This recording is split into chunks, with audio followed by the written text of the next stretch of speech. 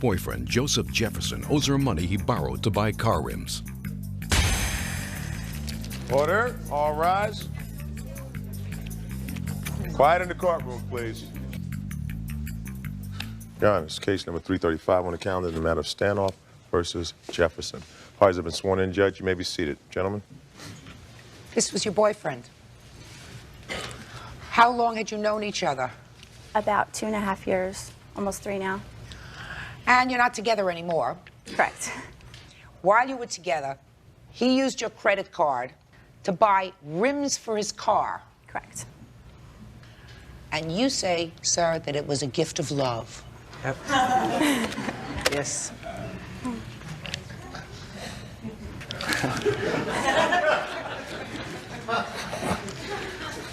So, Miss Stanoff, why don't you tell me about this rimming? We were together about 2.5 years, and we ended up breaking up for about 6 to 9 months.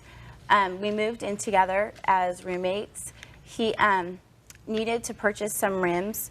He then put $500 down, wrote a check to West Coast Motorsports in Garden Grove, and then proceeded to tell me that that he needed to have the other $1,300 to pay on the rims, or else he was going to lose his $500.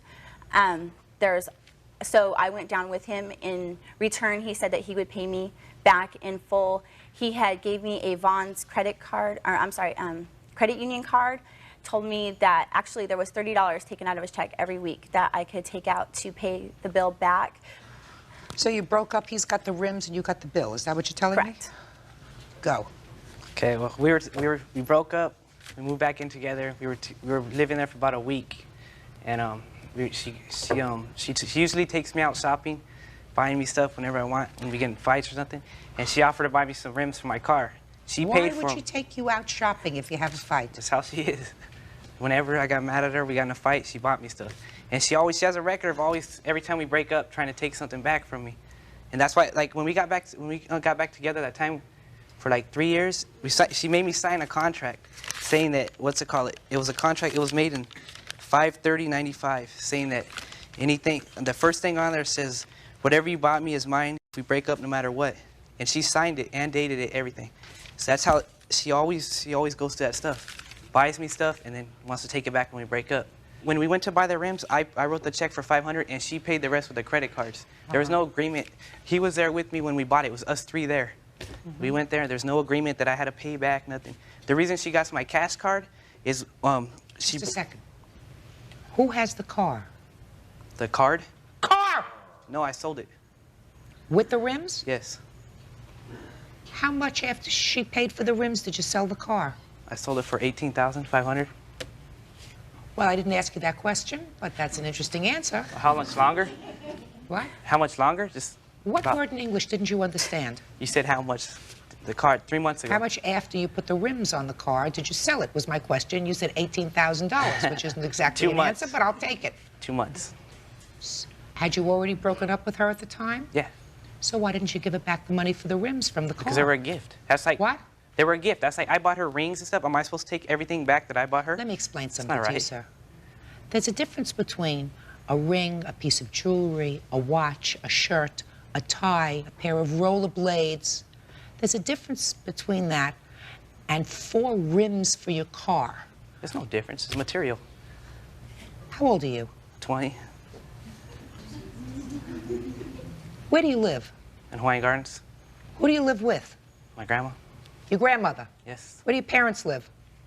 I don't know. I don't talk to my parents. You don't know, you don't talk to them? Yes. For how long? For a while. All my life. What do you mean all your life? All my life. Like You mean you've always lived with your grandmother? Yes. Is it your mother's mother or your father's mother? Mom's. Does she talk to her daughter? Yes. You ever been arrested, Mr. Jefferson? Nah. Nope. Where do you work? I don't work now. Why? Because I quit. Because I lost my license. What license? Driver's license. Why? For speeding. How many times? 3. And you were never arrested, sir? Nah, never arrested, no. No. And what kind of car was this that you sold for $18,000? 97 Mitsubishi Eclipse. How'd you buy it? Financed it. What kind of work were you doing when you financed it? I worked for UPS and Vons. And what happened to those jobs? I had to lose them because of her. You lost your UPS job because of her? How Yeah. did she cause you to lose your UPS job? See, that's how it started when she broke into my box and she stole my car keys and my checkbooks, all that stuff, and she stole my car from UPS one night because I worked midnight shift. I go in 3 to 9, and I came out, my car wasn't there, and then I came back and it was moved somewhere else. She stole my car, and I couldn't keep letting my car go out. She always threatened me, saying that all my friends they're gonna steal your car, take the rims off, steal your radio. And then Vons, she went in there harassing me all the time.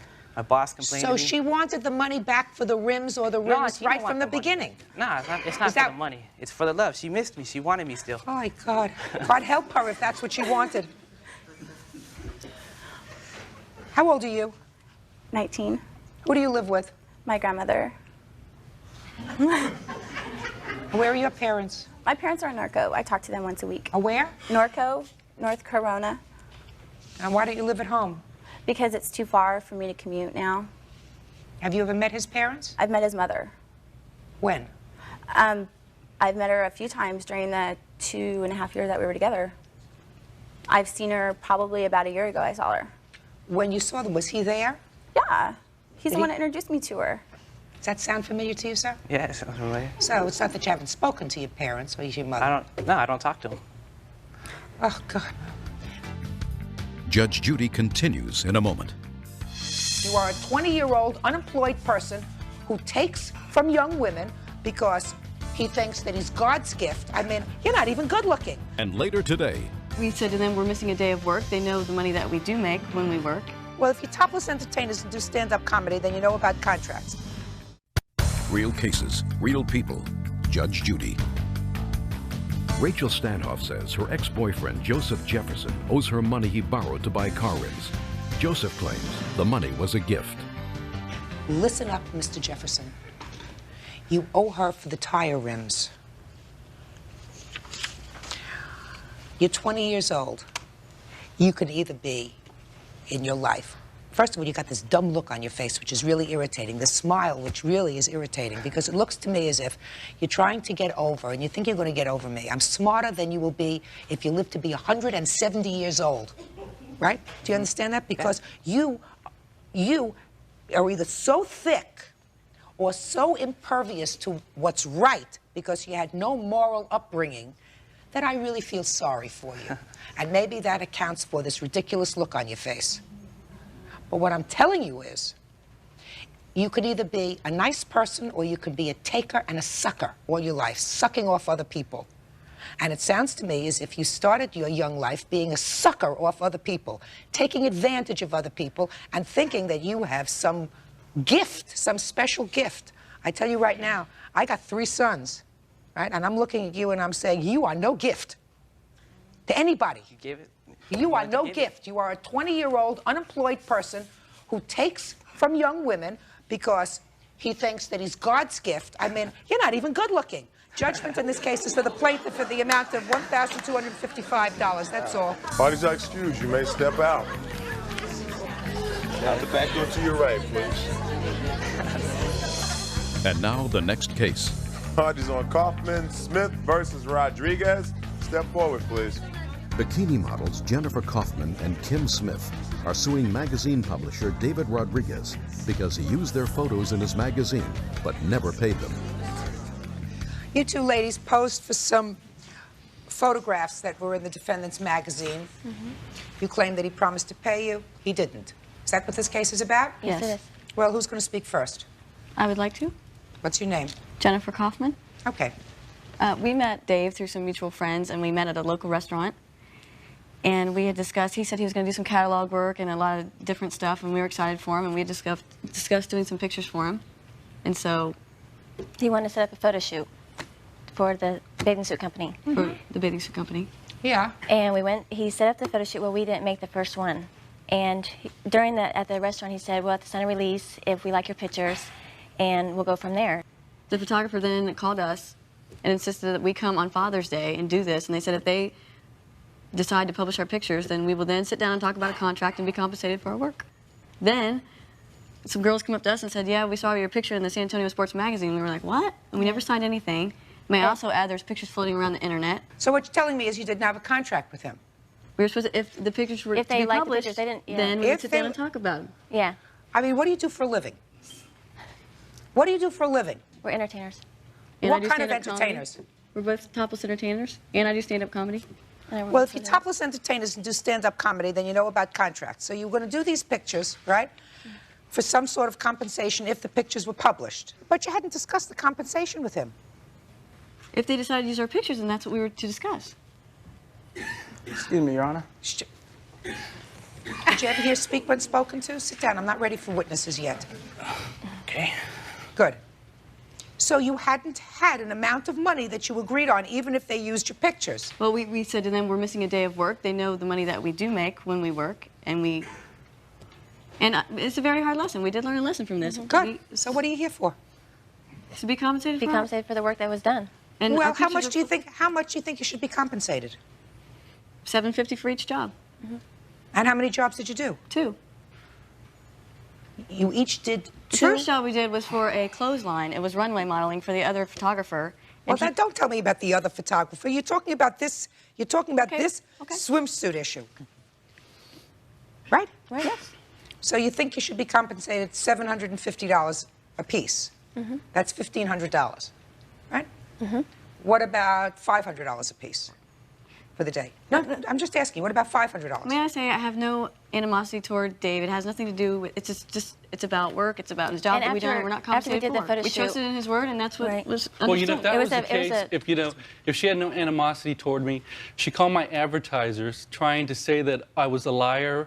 I mean, I go on my Never word. said not. Never said that. I don't have any proof to show you, but my clients call me and say, you know, we have 2 girls calling trying to get our insurance company to pay them money.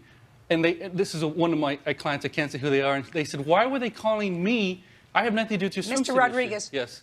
You took pictures of them, correct? I didn't. A Well, your photographer photographer did, for Yes. your magazine. Yes. And you make money from this magazine from selling advertising space, I assume. Absolutely. Absolutely. All right. Yes. So it would seem to me that if you sold advertising space, and this is that way you make your living, then you compensate the people who work for you. So you use their pictures. Yes. And how did you compensate them? Okay, this is the deal. No. Okay. No. Yeah. Not here's the deal. Okay. You use their pictures in a product that you made Yes. from which you make a living Yes. from selling advertising. Yes. And my question to you is, how did you compensate them? I told them they would get trade, that they would get a swimsuit. The company said they would provide each girl a swimsuit So why would we Mayor, want... just put your hand down. for their services, for posting in the magazine. Are you kidding me or what? Judge Judy continues in a moment. And I'm not going to hire 2 strippers. I'm going to go after a modeling agency. That's what I would do if I'm going to pay anybody First to of all, model my stripper's magazine. not what We're you not- do, it's who you are. Real cases, real people. Judge Judy. Bikini models Jennifer Kaufman and Kim Smith say magazine publisher David Rodriguez published their photos without paying them. David claims they agreed to let him use the photos for free. Did you give them the swimsuit? Well, Not well. yes, one of them has a swimsuit. The one that they were wearing One that of them, day? yes. The one that they were wearing that day? Yes. Well, you know, you can't go out and sell those things again.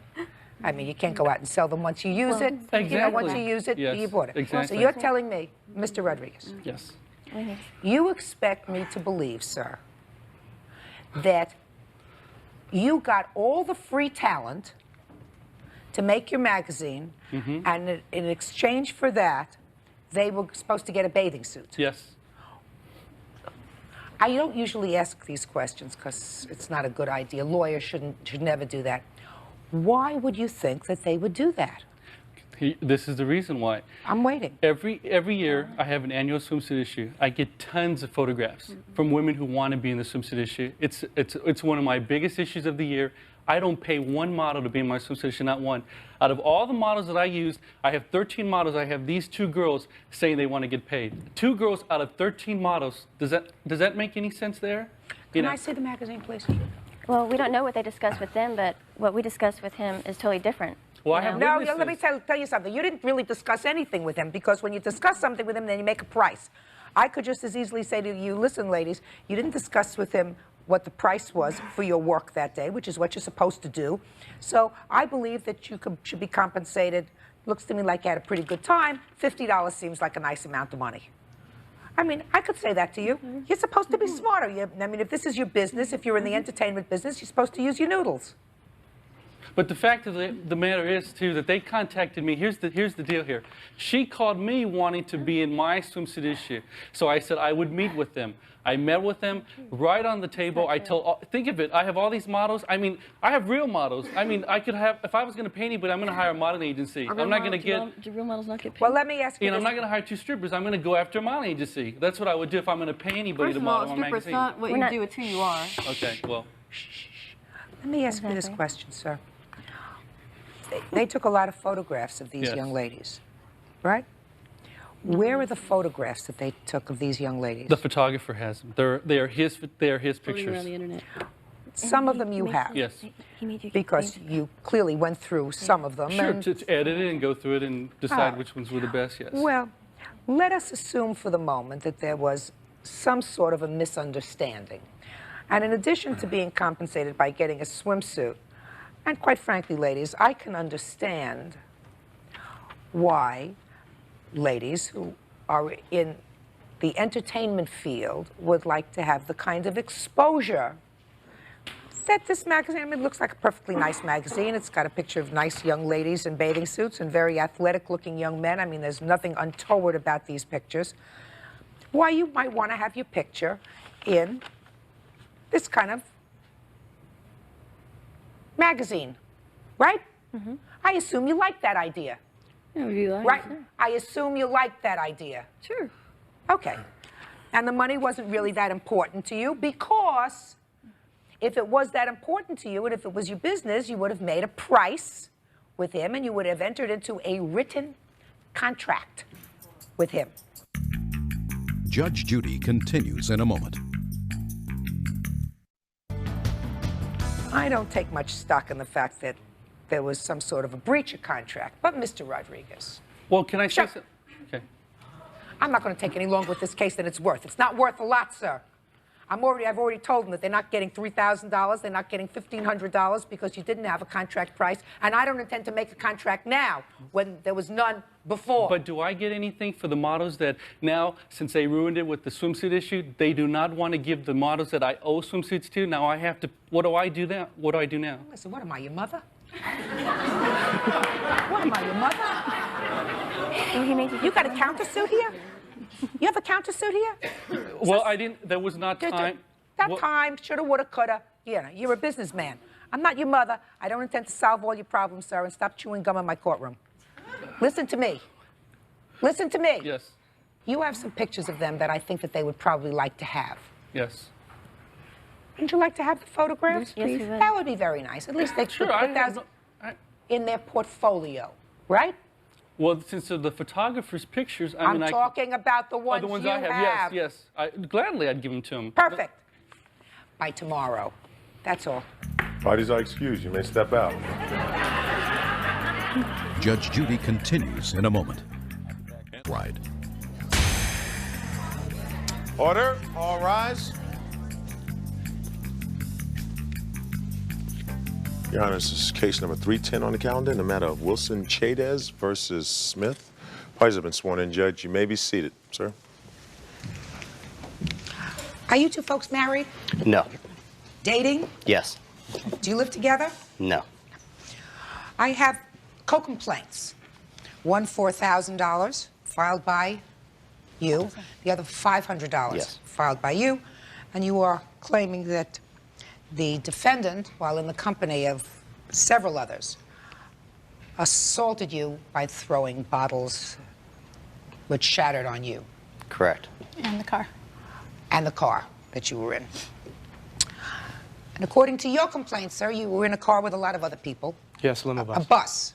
A limo bus. So why don't you first tell me about this limo bus, and then we'll get to what happened with it. It was mine and my twin brother's 21st birthday, and we rented it so that all our friends could gather together, all go as one, no one would drink and drive, and then we'd go bar hopping.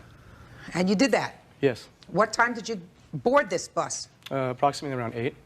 And how many bars had you been to before you came on the plaintiffs? 1. What time did this occur? About 11:30. You hit more than one bar between 8 and 11:30? No, ma'am. So you stayed in that bar for how long? A couple hours. Okay. We also, I mean, we drove around. It's a nice bus. I mean, you like to spend time in it. It has a VCR, a sound system, everything like that. People can dance, walk around. It's very large. And how many people were in this bus? Approximately 25, give or take a few. And you paid for the bus? No. And Everyone pitched in the same amount, about approximately $20. Now, you spent a couple of hours in a bar, one bar, you said. Is that right? Yes. So you made another stop or two on the way. Go to a liquor store? Yes. How many liquor stores did you go to? Okay, we stopped off at a supermarket when we first entered the bus, got some alcohol, drinks, whatnot, went to the, went to the first bar, spent some time there, about an hour and a half, 2 hours, I don't know. And then we went to the next liquor store. So you bought liquor twice? Yes. So everyone was pretty well blotto? No. Well, when we ran into the defendant here, they were pretty much intoxicated. Well, why don't you tell me how, unfortunately, you came upon this birthday party? Well, we had just come home from Barbara's parents' house. It was about 11:30 at night. The only entranceway into our house is through an alley. At that point, we were living together. Now we're not. There was a limo bus parked blocking the entire alleyway. It was parked illegally. People were outside of the bus urinating on the buildings, and they had open containers. We waited a few minutes. We honked, tried to get them to move up. They didn't comply. At that point, Barbara got out of the vehicle and asked one of the members to move. Somebody that was outside of the bus? Correct. Where was the driver of the bus? We were at the rear end of the bus. We approached the first person we saw. The driver of the bus was in there the whole time. Just a second. So you approached Barbara, the first person that you saw at the rear of the bus, and said, could you please move? Yeah, asked very politely, and he just slurred in my face and told me to screw off, go around, we're not doing it. And I just didn't know what to do and asked him to get out of the car, which he did. Your Honor? Sit. So did you get out of... When she entered the vehicle again, and I could tell that they told her no, I then got out of the car. Now, keep What's in your mind, first name? John. John! My first issue with you, sir, is what? Couldn't tell you. Can you tell him? I think so. You came across a bunch of people that you saw outside urinating on buildings, John. You don't send your girlfriend out of the car to tell them to move. You get out of the car to tell them to move. This was, we didn't see all this until we got out of the car, till both of us were out of the car. I mean, I don't see late at night you going by yourself to this group of people. You know. There was a lot of girls, too, a lot of young girls around with them, too. I mean, it just looked like a bunch of partiers, so we didn't think anything of it. We asked politely. When they were rude and everything, that's when we just got back in our car and waited. Who did you ask? Hey, listen to me. We never got off the bus. We never, my cousin, this is my cousin right here. This is my witness. And my teammate, and we never got off the bus ever. Did I ask you a question? Well, I can't stand to listen to you laugh. Just a second, did I ask you a question? No, ma'am. Go ahead. When Barbara entered the vehicle, I got out of the vehicle, went up to the first person I saw and said, hey, this is the only way to get to our house. Can you please move up the bus? When I got out of the vehicle, of course, other members of the party came up. They see a guy coming out, automatically everybody's instincts comes into play, and then when they create a confrontation. As soon as he said no, I threw up my hands and said, okay. I mean, I'm not stupid. I'm not going to go up to a whole group of guys and pick a fight with them. So what Two did or you three, do? yeah, whole group, no. At that point, we got back in the vehicle and waited. This is a very busy street. We have a large police force that patrols the area. I figured, hey, we'll get in the car, a cop's going to come by. These people are going to get busted. They're plastered. No cop came by. We waited about 2-3 minutes. People started getting back in the bus. It pulled up. At that point, we said, great. Pulled into the alleyway, go up, I'd say, about 50 feet to our fence, which you have to get out of the car to unlock the padlock to get into our driveway. When I exited the car to unlock the gate, I heard, hey, you want to start something? I turned to my left. I saw a group of guys coming at me with bottles in hand. As soon as I saw this group approaching us, I turned to Barbara and I said, "Get in the car now." At that point, she looked at me, eye contact, a bottle flew right past her face. Hit the car, exploded. Dove into the car, and we gunned it. As soon as we slammed the doors, the back window shattered from a beer bottle. Okay, Bottles. A lot of bottles, beer bottles. plural, lots of bottles. We immediately sped up. I mean, I don't know how we didn't hit nothing going down our alley, going that fast. Went directly to 7-Eleven down the road and called 911. At that point, the bus pulls by, stops at the red light. All the members on the left-hand side of the bus roll down their window and laugh at us while we're standing there calling the police. Judge Judy continues in a moment. This is going to be a more expensive birthday party than you thought. Much more expensive. And later today, His mother doesn't want him to have this car. He knew that, which is why he kept it a secret. You took advantage of him. real cases, real people. Judge Judy.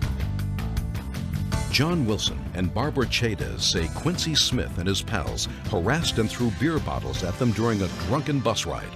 Quincy claims he's innocent and not responsible for his friend's actions. So the windshield was shattered. The back windshield was shattered Correct. on your car. And who was hit with the glass?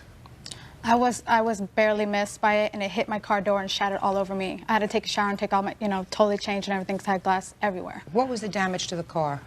We have pictures. We have of the pictures and vehicle. bills. Now, once the police did arrive to come take our statement, they immediately got a priority call that there had been an altercation at a bar down the street, so they had to leave us. Well, it turns out the altercation was this member and his party had stopped at their next bar and assaulted 2 police officers. Undercover cops or something. We don't know the whole story.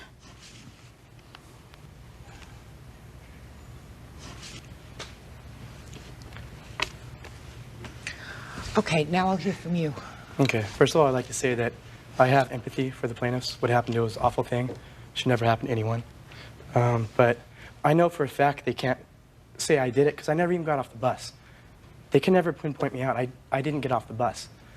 I don't know what happened off the bus. I mean, even if the bus driver would have saw something, I mean, it was his responsibility to stay there. Which bus company did you use? It was, I believe it was called VIP limo buses.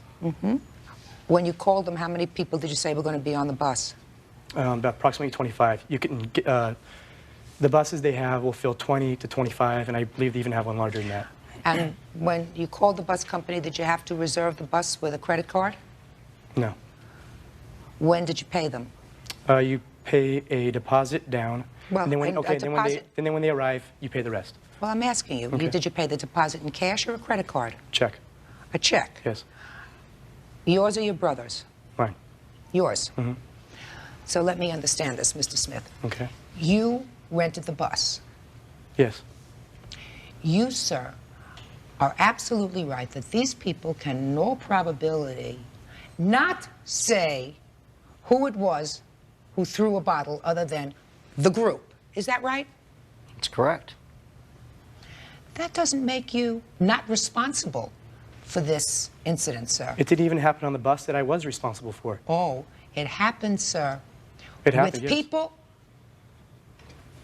It happened with people that you invited to celebrate your birthday on a bus. You are still, sir, responsible for the behavior of those people. You, because somebody is guilty and somebody is innocent. Now, they don't know who it is, but you, who arranged this party, are responsible for their losses because you are in the unique position, sir, if you are not drunk, to know who in that party got off the bus and who in that party actually damaged their property and attempted to assault them with what I consider a deadly instrument, which is a heavy beer bottle. So, not them. They're not in that unique position to know. You are. so I'm responsible for everyone on the bus, Every single person. on the bus, and off. Everyone who was also an adult. Every single person that was partying with you at your birthday party, sir. You hired the bus. I never got off the bus. I don't know. Doesn't make any difference, sir. It does to me. This is going to be a more expensive birthday party than you thought. Much more expensive. Now, you have something that you believe is meaningful to this case that you wish to contribute? Yeah, I do, Your Honor. Sure. First of all, Step up right there. Okay, I'm sorry. My cousin and myself never got off the bus at any point. And didn't you understand what I just said? I don't know how you can expect him to keep track of 25 people. He invited them to his bus. So how is he supposed to keep track of it if they're all adults? If he can't keep track of them, then he shouldn't have invited them. And if they didn't do anything wrong, then he wouldn't be standing here today, sir. Judge Judy is ready to rule. And later today... He had it for a week and a half. He's blown the motor in it now. What good is it to me? When you deal with a minor, you deal with a minor at your own risk. Real cases, real people. Judge Judy. He invited them to come on board for a drinking evening. He is therefore responsible for everything that transpires during the course of that evening. And one of the things that transpired was these people were put in fear of their lives. And if he wishes to turn around and do some detective work and try to figure out who it was that got off the bus and threw bottles at them and smashed their cars, I hope he would. That's... no, you!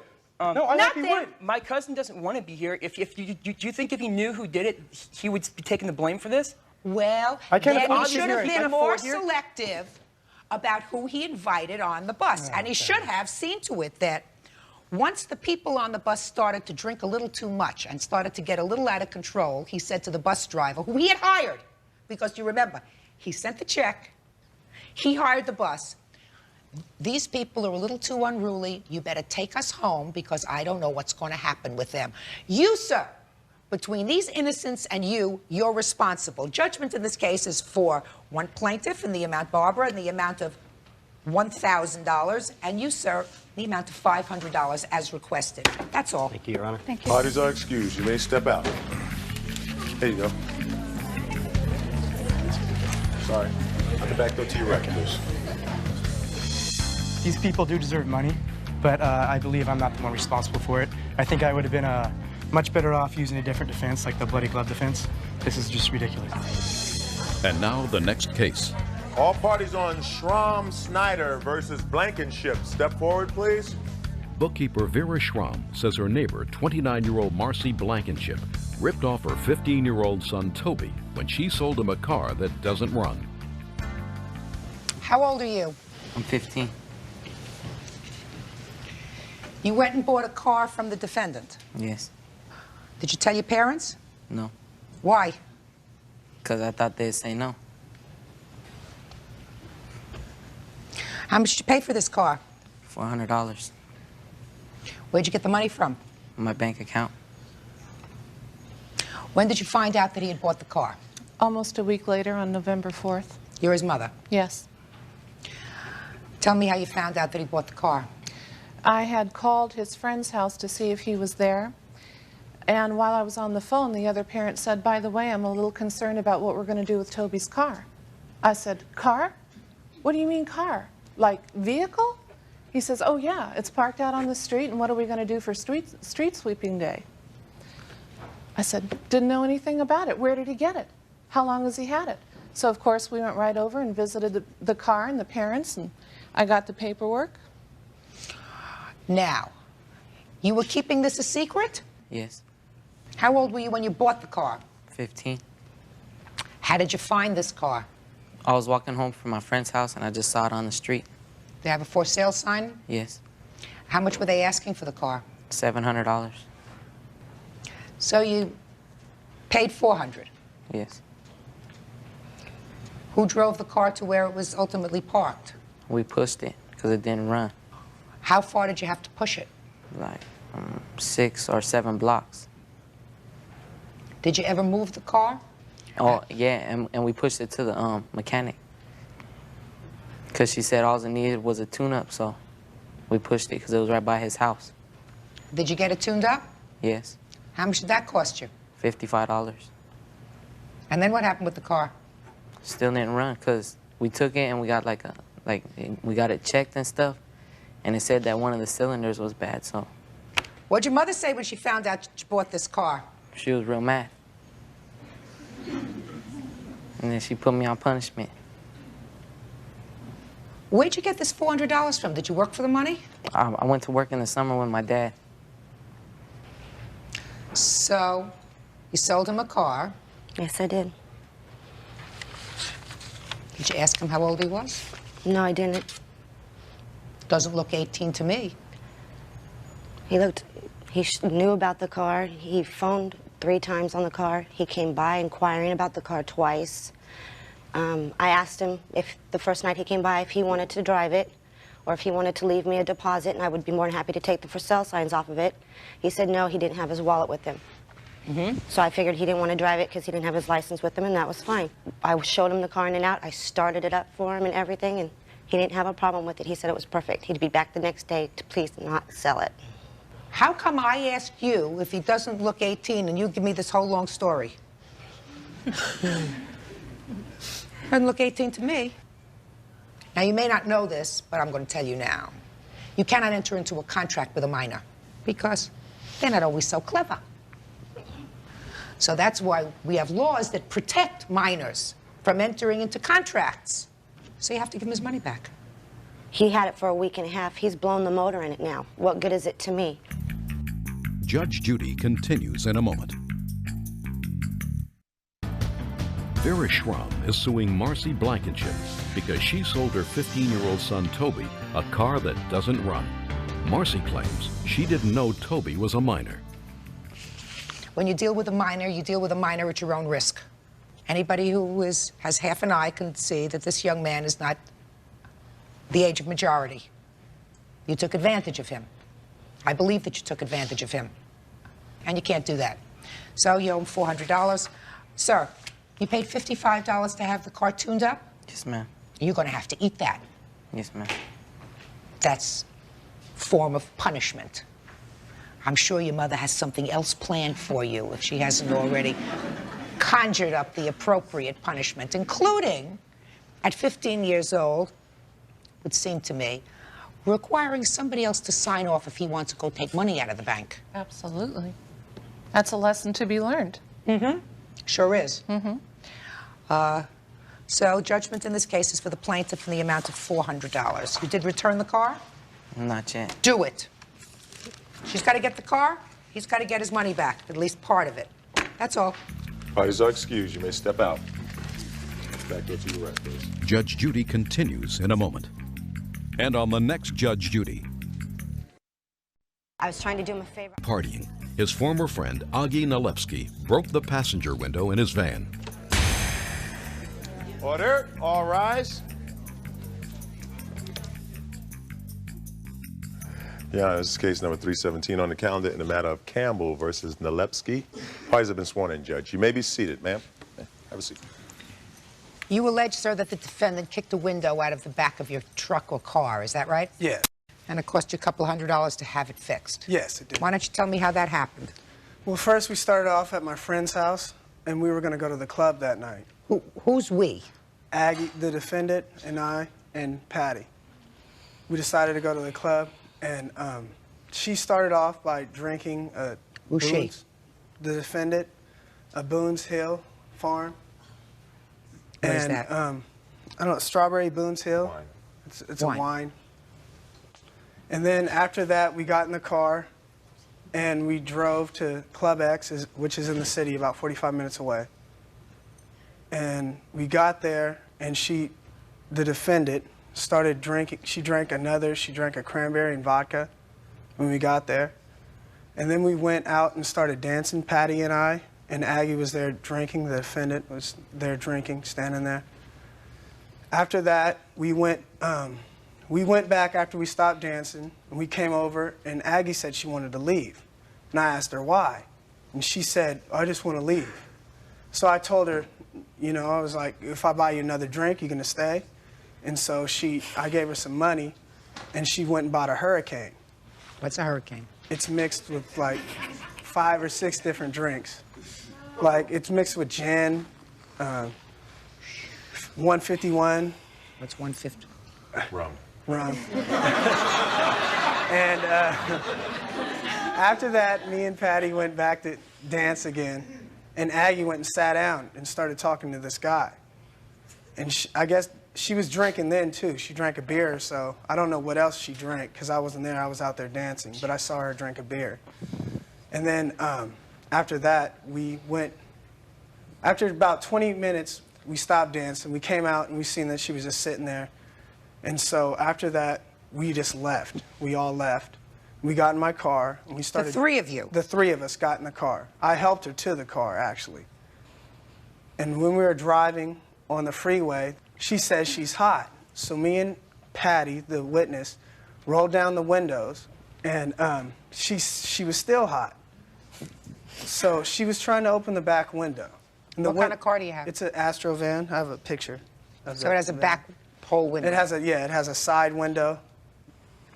And then she proceeds to put her feet on the window to try to open it.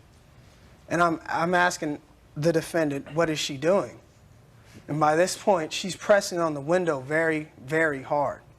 And I look back, and as she's doing that, pressing on the window with her feet, like bench pressing it, it breaks. And I went like this, and it was a loud sound, a very loud sound. And I'm all, Aggie, what did you do? And then after that, we drove back to Concord, and as on the way, there was glass all in the car. And I told Aggie more than, I'd say, 6 times to get out of the glass and stop playing with it, because she was playing with it with her hands. That's how intoxicated she was. And I told her to get out of the, out of the glass. And she passed out on the seat. So when we got back to Concord, she was telling me, I'm sorry. And I mean, I didn't yell, I didn't do anything, because I do that to some people, but we were best friends. So I mean, I didn't really understand why she did it, because there was no reason for her to do it. She did it, according to you, because she was drunk. Yeah. So you don't have to understand what happened. Mm-hmm. According to what the menu of alcohol that she imbibed during the course of that evening, she didn't know whether she was in the back of your car or in the Concorde. Mm-hmm. So how much did this window cost you? $206, and here's the receipt right here. All right, Aggie, let's hear your end of it. Well, Your Honor, just to put it blatantly, he did not see me do it. She did not see me do it. They did not hear me kick the window open. As far as I'm concerned, when the window shattered inside of the car, like he said, when you kick out a window, where does the glass go? It goes outside. There was bits of pieces of... Let's start out with the hurricane. Sure. Not a problem. How old are you? 21. At least I was the only one that was 21 drinking. Yes, I didn't know. 21? Mm-hmm. You know how stupid women look when they get drunk? Sure. Do you have any idea of how... Who are you? I'm her mother. Well, I'm sure your mother has told you. If she hasn't, she should have. You know, there's nothing more disgusting than a sloppy woman drunk. Sometimes I think sloppier than a man, but maybe that's just because I'm a woman. And if you're 21 years old,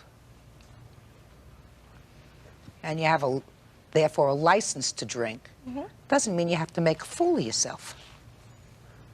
Now, you were pretty sick. I read your papers. I mean, you felt pretty uncomfortable that evening after you had had so much to drink.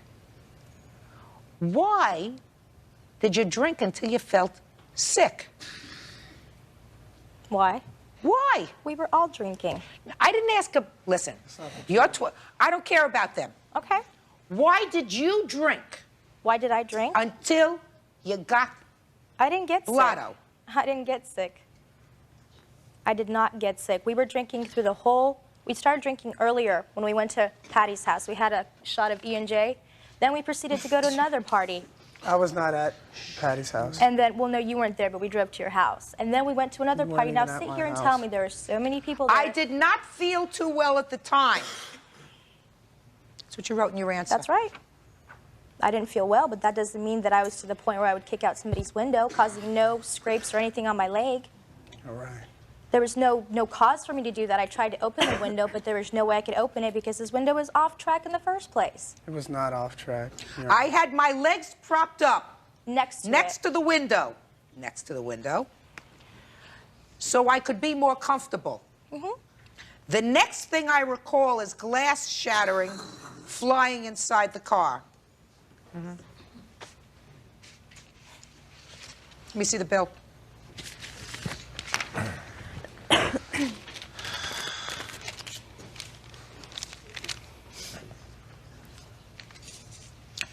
Were you there when your daughter got home? Yes, I was. Yes, I was. Now step up here. Tell me your name. Danuta. Does your daughter come home intoxicated often? No. But this isn't the first time. Not first. Judge Judy will continue in a moment. You know, when you're 21 years old, you're dumb and you do things that are stupid with alcohol. I don't know why people do that when they're young. And later today, You seem like a nice person. How a nice person can keep tasting their own foot, I'll never understand. real cases, real people. Judge Judy. Robert Campbell claims his former friend, Augie Nalepsky, was highly intoxicated when she broke the window in his van and wants her to pay for it. Augie denies breaking the window. Aggie, you're going to do what you want to do. You know, when you're 21 years old, you're dumb and you do things that are stupid with alcohol. I don't know why people do that when they're young. But I'm going to tell you this. Aside from looking terrible when you're 21 years old, or when you're 20 years old, or when you're 51 years old, and you've had too much to drink, you were lucky this time that all you caused was a little damage to his car. I'm not going to play Sherlock Holmes. You're in that car. You're in the back of the car. You got your legs propped up against the glass. You're drunk. The window shatters. I don't need proof beyond a reasonable doubt that you're the one who caused it. All I need here is some evidence, more than not, that you caused the damage to the car. And I find that you did. So you owe him $206. Judgment for the plaintiff. That's all. Thank you. Parties are excused. You may step out. No problem. You got the back door to your right. And now the next case. Parties on Floyd versus Kleiman. Step forward, please. Disc jockey Michael Floyd says party planner Denny Plyman stole his watch and broke their agreement for Michael to DJ at a gay disco. Mr. Floyd, you're a DJ. Yes, ma'am. You do that full-time, sir? No, ma'am. What do you do full-time? I'm an office manager. But Saturday nights or Sunday, you go and operate one of those machines that you have at parties and play music. Sometimes Friday, Saturday, Sunday. Okay. Mr. Plyman, you, sir, are a party planner. That's correct. And according to your complaint, sir, you are suing the defendant for breach of contract. You say that you had a contract to perform your services as a DJ for him, and he canceled that contract. So tell me about it. Yes, ma'am. We had an agreement to do, I was the head DJ. There would be one other DJ. Incorrect. Mr. Plyman, let's understand the ground rules. Okay. He talks, then you talk. All right. Then I decide. Go. I was the head DJ. That's what we had decided. We had sat down while he was planning this event. It was called Detour at this other club, and there was another DJ who would DJ on the one Sunday a month that I would not make it. And we had That's incorrect. He only DJ'd the first 4 out of 12 detours, so he wasn't DJing 3 out of 4 weeks.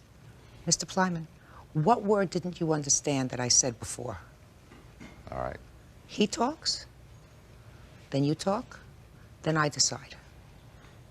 So don't interrupt again. All right. Good. How many, what's the word, gig? Gig. That would be good. That would be good? Word. Yeah. We're in agreement. My children would be proud of me. We're in agreement there. How many gigs do you claim you contracted for with the defendant? May I look? I have a list of them. I don't know them off. There were so many. It was over like a 5-month period. Well, you're not suing for the whole 5 months. I'm suing for the ones that were canceled. How many did you actually perform? I think it was about a month or 2. 4. He has a problem. He really doesn't understand. I'm not going to penalize him because there must be a screw loose or something. I agree. Well, I've got the exact figure. It's 4. It's a very simple question. You'll tell me that in a minute, but right now, you see, I was focused on him, Mr. Plyman. Mr. Floyd, do you have a written contract with him? No, ma'am, we don't. Well, if you were going to have an employment contract that went beyond, say, a month or 2, it would seem to me that if you are in this business as a profession, even if it's a part-time profession, that you have something in writing. Wouldn't that sound right to you? Yes, ma'am. Normally I do. Yes. But Denny was my best friend, and I was helping him get a business started. Right. And I didn't feel that I needed that, but I do have from my date book that he and I sat down and booked these dates. Yes. So that's the only actual evidence that I have, and I'm just hoping that he will feel the need to tell the truth. Well, when you sat down and booked the events with him, what kind of parties were these, by the way, that you were booking? They're tea dances, which is a dance on Sunday afternoon. It's disco music. We do it at a country western bar, but once a week we do a regular disco fun music, not country music. And it's called a tea dance. It's called a tea dance. It's on Sunday afternoons. It No starts booze. at 5 o'clock. No, yeah, No. there's plenty of booze. Oh, so why do they call it a tea dance? That's the name for the booze. I The can tea. tell you why. Yes. It goes back a long time, about 20 years ago. People used to get together on a Sunday, and they would dish other people, or tell the tea, gossip. And that's where it that I goes. understand. That's where. Okay. After they've where been to the name- beach all day, or who was with whoever the night before, and Okay, I things got along you. that So line. they That's called where it- the name the tea dance came from, and it escalated into where they'd have a DJ and there'd be dancing and people would have Sounds like fun. It is. Now, you were running these things, so you were like a promoter. That's correct. It's my production. And I assume that you will agree, Mr. Plyman, that at the beginning, when you set up this process, you did in fact sit down with Mr. Floyd. You were good friends. We were. And say, we're going to do these for 6 months, That's right. and these are the Sundays. Is that right? That's correct. And it's one thing that's important to show is he's been paid for every service that he has performed. I don't think that he's questioning that. Okay. Is that right, sir? Yes, ma'am. I'm You not were questioning. paid each time that you went. Exactly. How much were you paid, by the way? Sometimes was $200, sometimes $230, sometimes $220.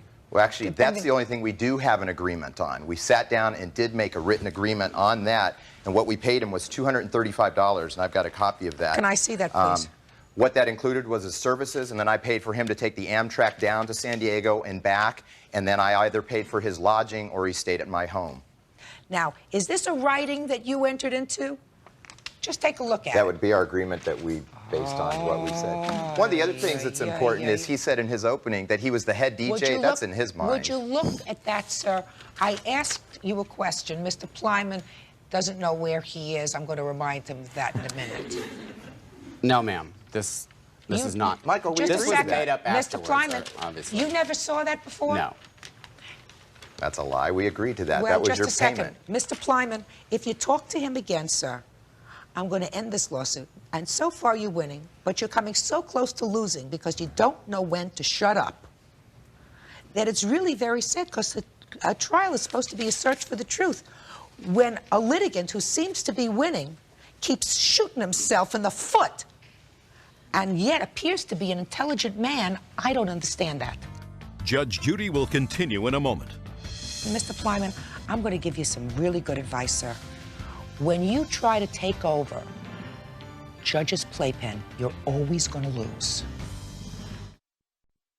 Real cases, real people. Judge Judy.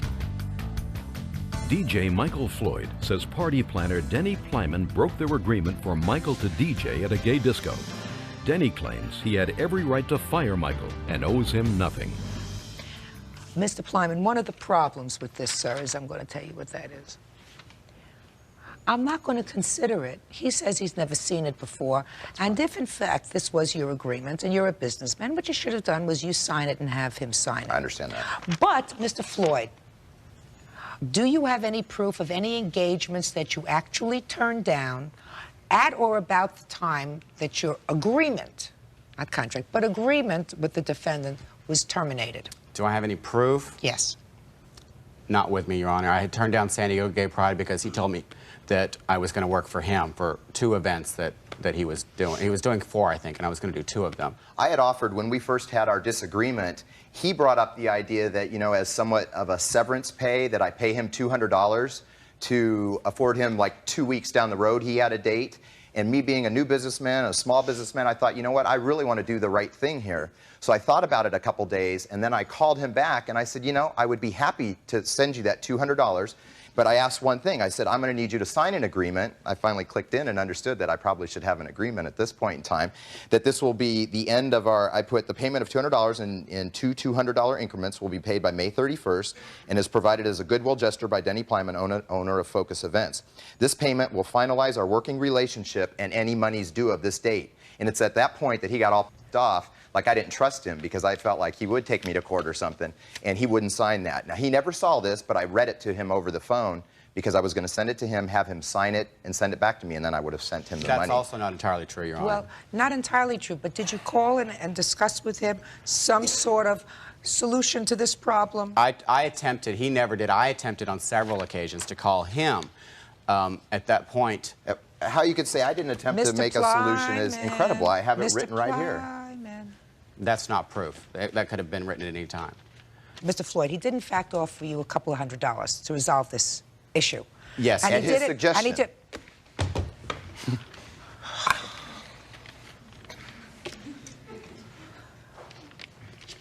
You seem like a nice person. How a nice person can keep tasting their own foot, I'll never understand. I'll never understand. This is an indication of our relationship through the whole time. It was anytime Mr. I tried Floyd, to put something in. then that's your problem, sir. I mean, you know, you chose to work for him. I'm one of the top DJs in Southern California. How could you be a top DJ in Southern California, Mr. Floyd? I'm sorry? In his own mind, Your Honor. Oh, Mr. Plyman, I tried to be very nice to you, sir. The truth of the matter is, you're your own worst enemy. Judge Judy is ready to rule. He's suing you for $2,500? Is that what you're suing him for? Yes, ma'am. $2,500? I was originally going to give you nothing. He helped me. I'm going to give you $1,000.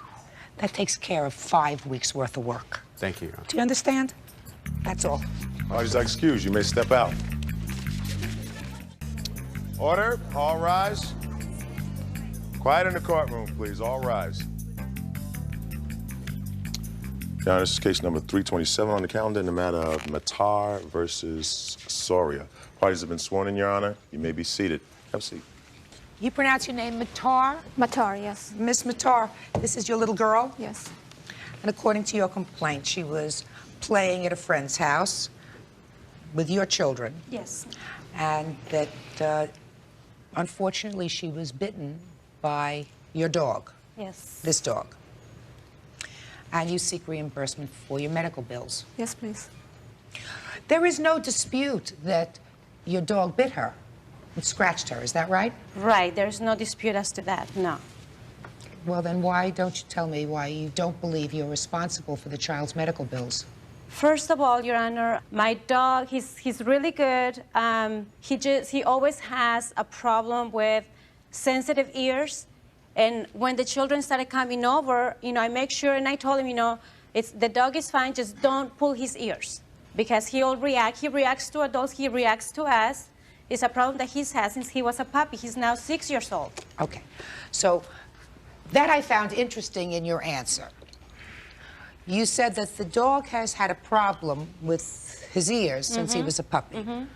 Tell me what kind of problem. You know, it's really hard for me to tell you. I taken him to the vet, and he says, well, he just has sensitive ears. There's nothing wrong with him inside that he can see that's physical. It's just a sensitivity that he has. Well, what has the dog done? He hasn't done anything to anybody before. What he's done, and my daughter can probably show you, is if you grab his ears and try to extend them, he tries to move, you know, kind of bite off your hand off his ears. So he tries to bite off your hand to let... because he is not comfortable with that. And that was something that I explained to the children, not only when they first started visiting, but every single time that they went to play with the dog. I said, you can play with him, you can pet him anywhere you want, just don't pull his ears. He's fine if you just, you know, touch him down, but if you extend them, he has a problem with that.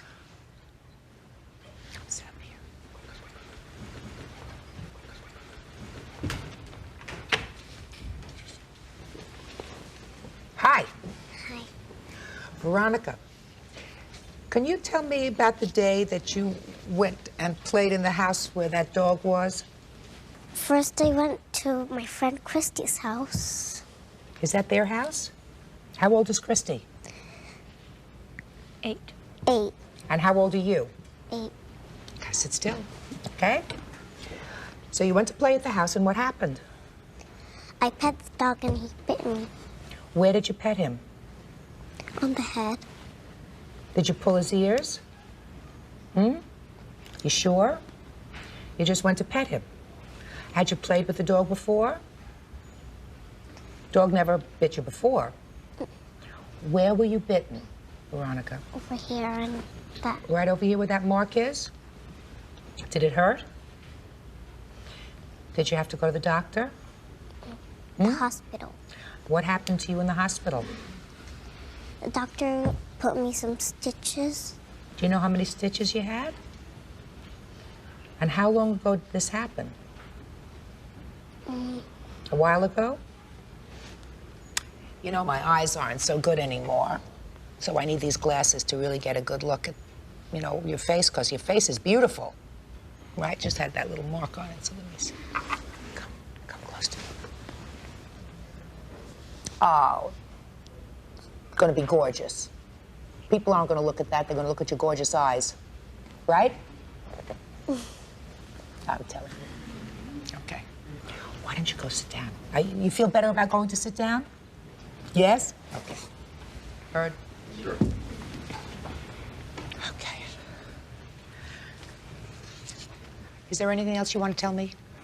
It's obvious that it was in her house, it's her dog, and if she knows that he has a problem, keep him away from children. Don't give the responsibility for 8-year-old to know what she has to do. And I understand what you're saying. The point, too, is that the responsibility of having a dog is almost, you know, the words that your husband told me was, well, what kind of people are you to have a dog? Well, I'm sorry. Miss Soria, listen to me. You know, things get hot when you're in the middle of a dispute. I think that sometimes animals are unpredictable. And even though an animal has not done anything in the past, you never can tell when something is going to trigger some sort of aberrant behavior, like biting a child. Your dog, while you tell me that he has not bitten anybody before, clearly had a problem with his ears. Now, according to the child was not pulling his ears straight out, which is what you say causes him to act out that way. According to this little girl, that didn't happen.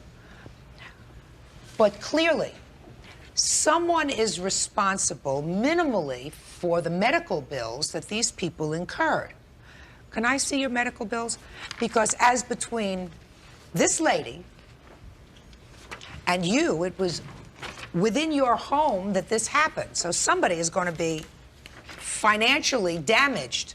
And I'm not talking about the little mark that's on your daughter's face. That's going to go away, hopefully. Well, and I have a report from a doctor that will scar forever. Well, she has 2 scars on her face, one on her cheek, one under her nose. I just want to know what the bill was so far. We paid $2,500 cash for the plastic surgeon to do her face. Okay.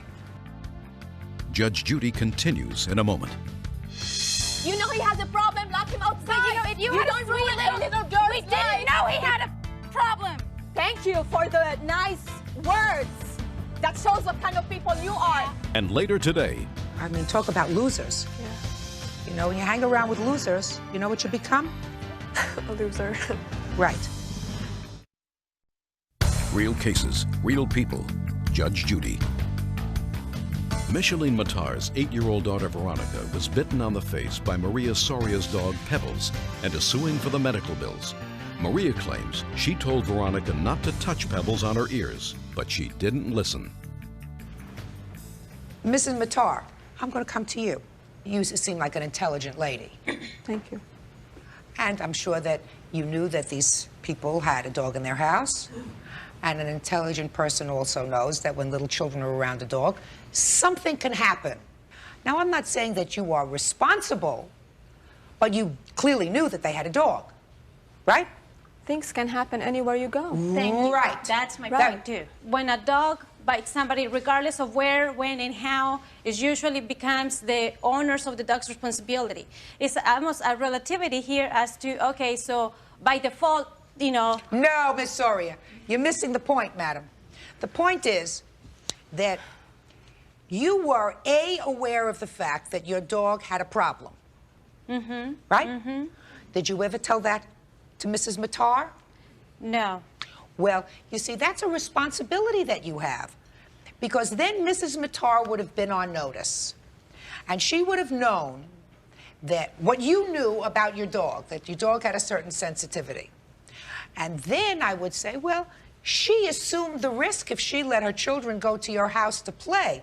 You can't say that I'm telling an 8-year-old and therefore I've completely absolved myself of responsibility.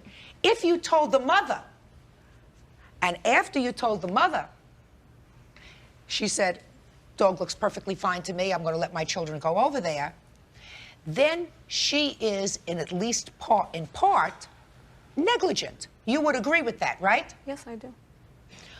But you didn't tell her, and that was a mistake. Telling the children is not telling her.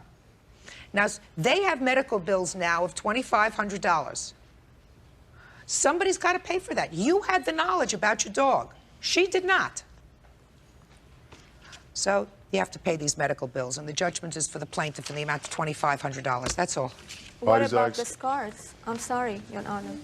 What about the other charges that I have to do another surgery for her to take out all the scars on her face? Let me tell you something. Right now, to date, your medical bills are $2,500. Okay. Right? If you have additional medical bills, there on notice, they may be responsible. It may be that as your daughter gets older, this little mark that's right over here is going to fade. I spoke to a specialist, which she You told may me that it have will spoken not. to a specialist, but I'm telling you, as your daughter gets older, she's still a little child.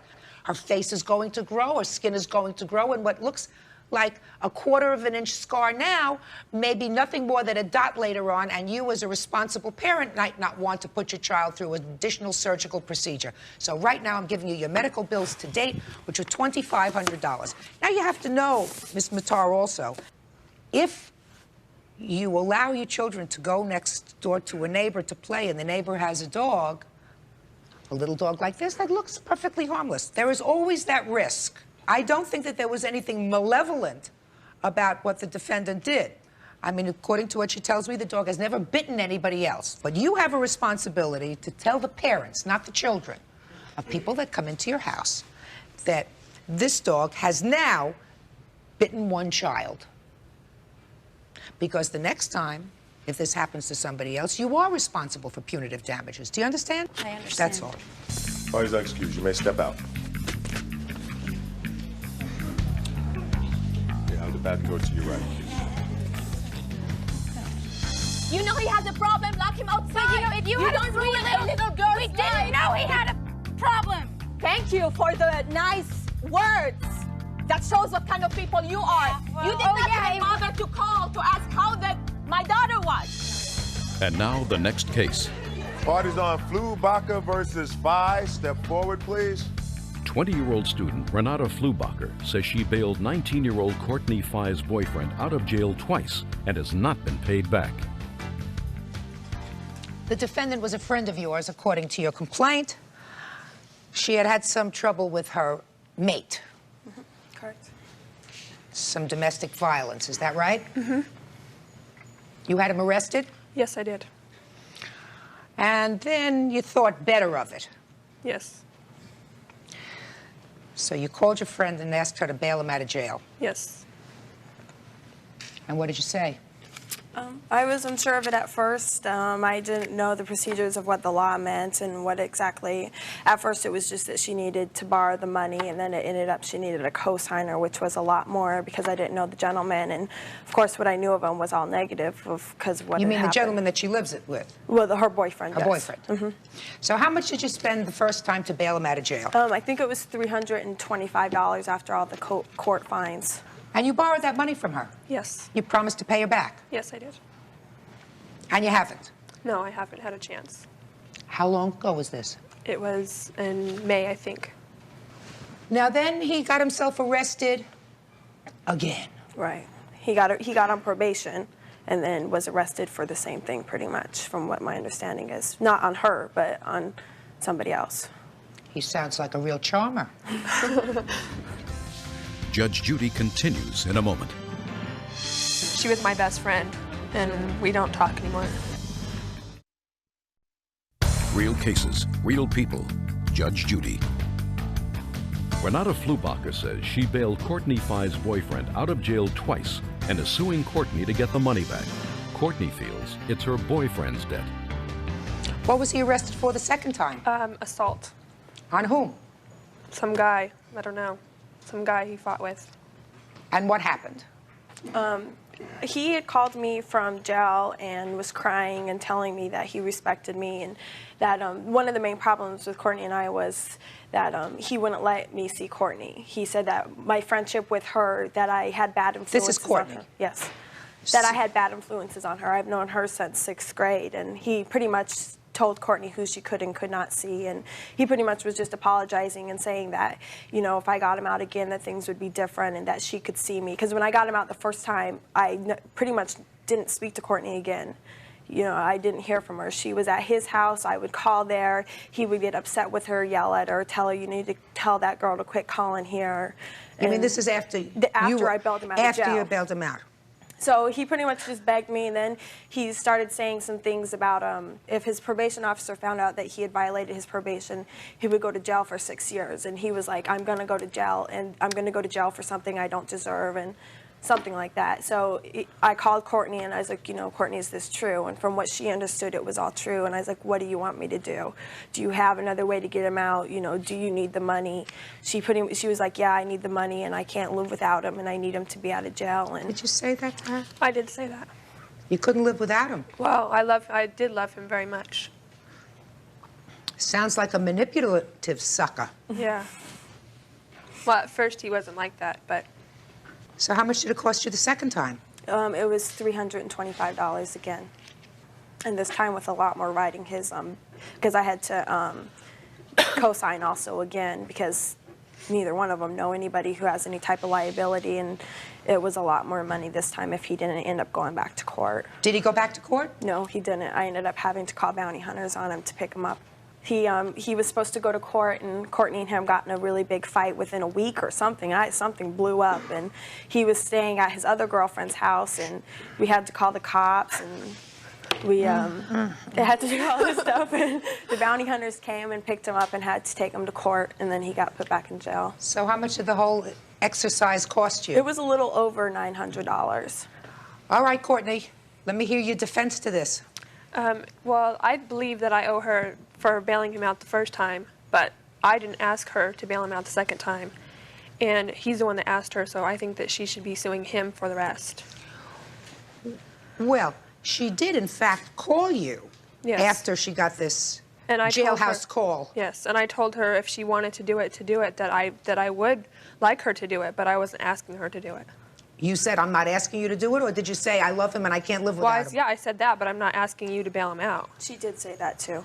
She's like, well, I'm not asking you, I'm just, she said something like, I'm not asking you because I know you've already done this once, and I know I already owe you money, but I love him so much, and I can't live without him, you know? And I was just like, okay, so do you want me to leave him in jail, or do you want me to get him out of jail? You know, this is up to you. And I told her straight out, I was like, you owe me this money, I can't stand it.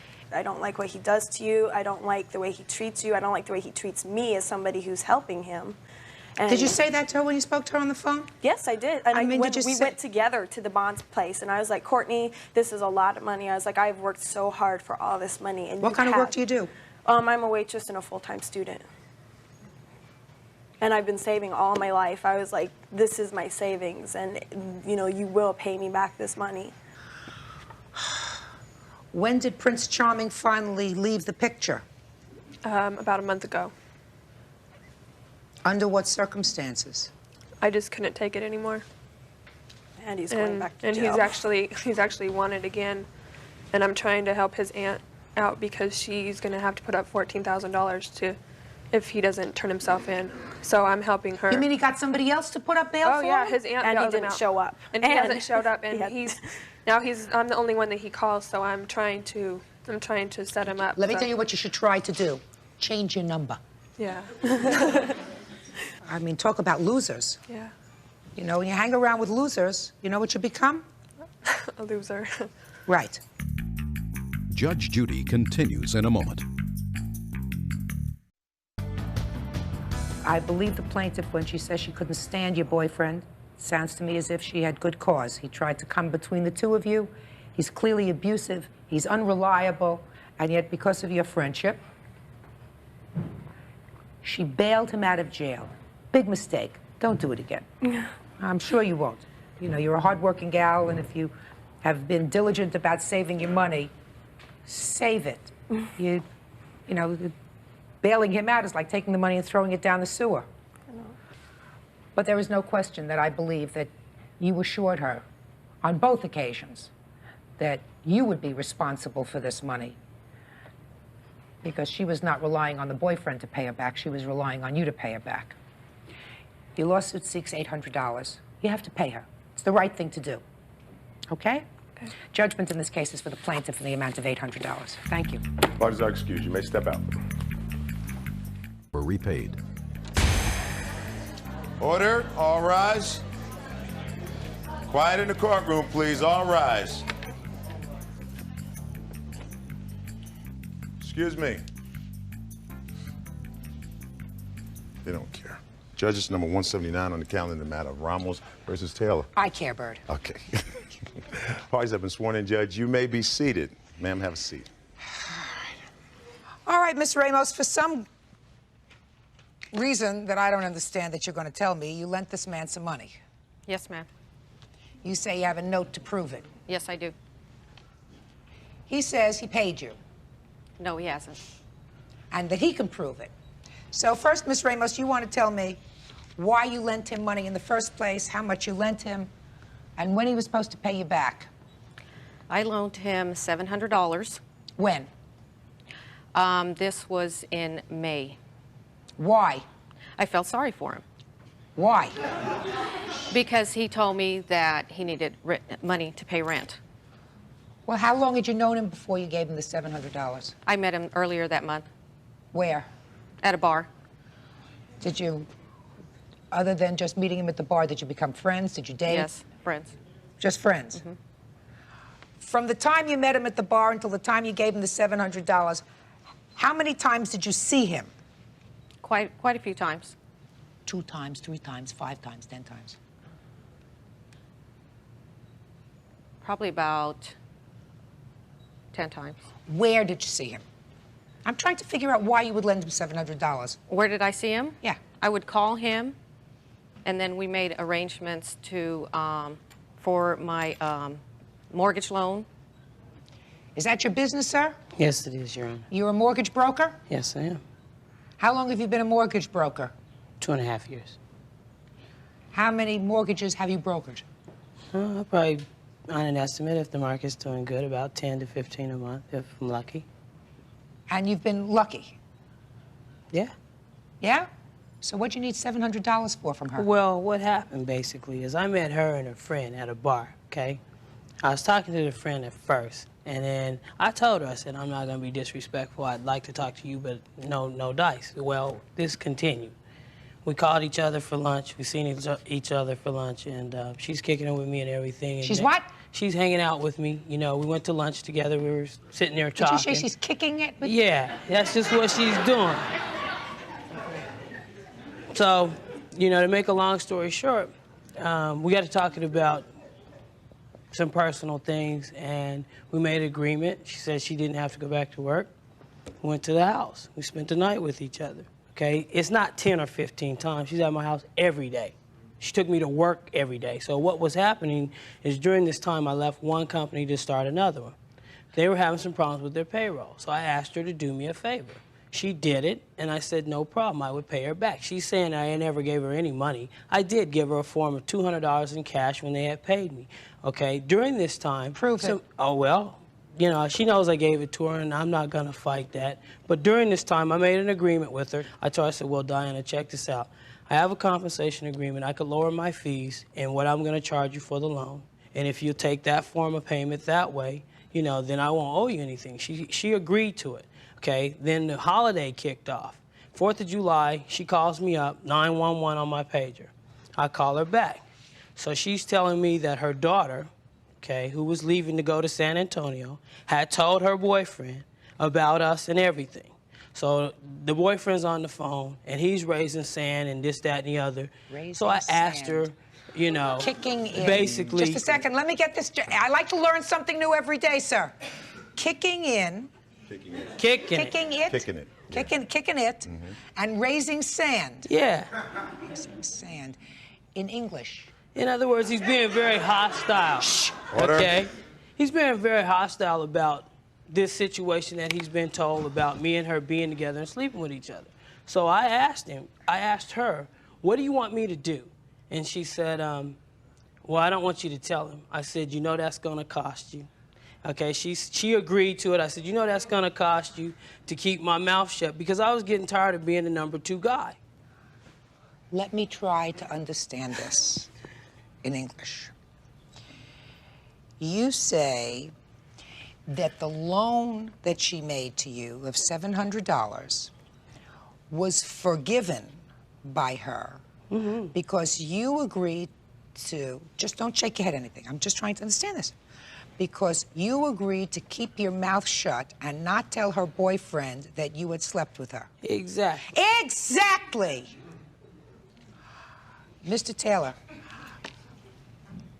kicking it, I didn't understand. Raising sand? Raising sand. Raising sand, I don't understand. But I want to ask you if you understand the following phrase. Did you ever hear this phrase? Blackmail. No, I wasn't blackmailing her.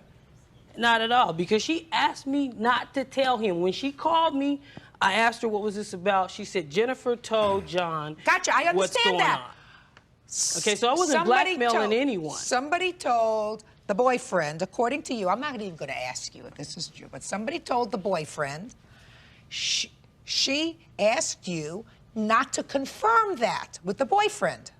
Yeah. And you said, I'll do it. I'll tell him it's not true if you forgive this loan. It wasn't in part of the loan. When I said you're going to pay for that, it had nothing to do with, well, with I the don't loan understand. What is part the of pay? You're going to pay for this. What did that mean? In other words, what I meant to her, she was going to pay for it, is that we were going to have a long talk about me having to, you know, bow down and not tell him what really was going on. Because the thing about it was, I felt like I was going to pay for it, because when I seen him... Were you, just a second, Mr. Taylor, were you hurt and offended, sir? Yeah, I was. Were you mortally wounded? No. You don't look as if you were mortally wounded, sir. Oh, I wasn't? It doesn't appear to me as if you were mortally wounded, sir. So let me understand this. You had, according to you, an evening of frolic with the plaintiff. It was more Plus, than an evening. Let's say 2 evenings? Let's no, say 5 evenings. Every night for the last Every 3 night. weeks. You had every night a frolic with the plaintiff. Yeah. And she had every night a frolic with you. There you go. Good. And you have her $700. No. Wrong. Oh, yeah? Judge Judy continues in a moment. He wanted a relationship with me. And I didn't want anything to do with him. You're right. It takes 2 to tango. She had to do something. And later today, I don't think that it's right for anybody to slash anybody's tires. So if you did that, that was really, really wrong. Do you understand? Yes, I did. Very, very bad. real cases, real people. Judge Judy. Mortgage broker Mark Taylor claims Diana Ramos is angry that he broke off their secret affair. Diana says she just wants her money back. Did he give you the $200? No. Did he give you any money? Yes. How much? 100. Okay. Could you prove that you gave her more than $100, sir? No, because at the time... All right, so let's say you now owe her $600. That's not what the case was. Just a second. How much money did you pay her back?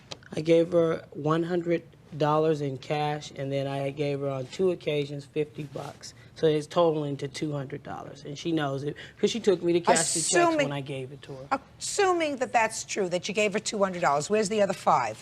I agreed to as a part of this mortgage loan, because I have a compensation agreement on her, as well as a good faith estimate that was provided and a mortgage origination statement. And I said, look, I'll deduct the difference of the money of what I owe you off the fees. I didn't hear anything else about it. Did you agree to it? Did you agree to that? No. Did you buy this house? No. She's still You didn't buy pending. the house? No, I didn't agree to anything. Well, so what did she get from it, sir? It's to be determined. Just a Your second. Honor. She didn't buy the house. She didn't use the mortgage. She's still pending. It's to be determined. She was purchasing a new home. All I was doing was creating the financing. She knew that she needed to go out and find a home. And I have the compensation agreement that's still good on you to the 3rd of October right here, that this is what was going to be performed up until those calendar days. Right now, she didn't do anything. She didn't agree to anything. You owe her the money, sir. Did you ever hear the expression? You heard kicking it? Mm-hmm. Sanding, what? Sanding? Raising sand. Raising sand, right? She Did you ever agreed to hear, that. don't mix business with pleasure? Of Did you ever course. hear that? So, don't mix business with pleasure, sir. You borrowed money from somebody as a friend because you were between paychecks. Mm-hmm. And then you wanted to have a sort of work it off on this thing, No. on this agreement that you had. I told her she could take that or I would pay her back. And even Well, on the promissory note, asked her to provide a promissory note to you, because I told her that if I didn't agree to pay her by the 17th of July, that we would make arrangements to have it settled. I did not hear from Mrs. Ramos the next day. You acknowledged, sir, that you had to sign a promissory note. Right, but that you what signed it. Let me see the note. She has it. Let me see the note, please.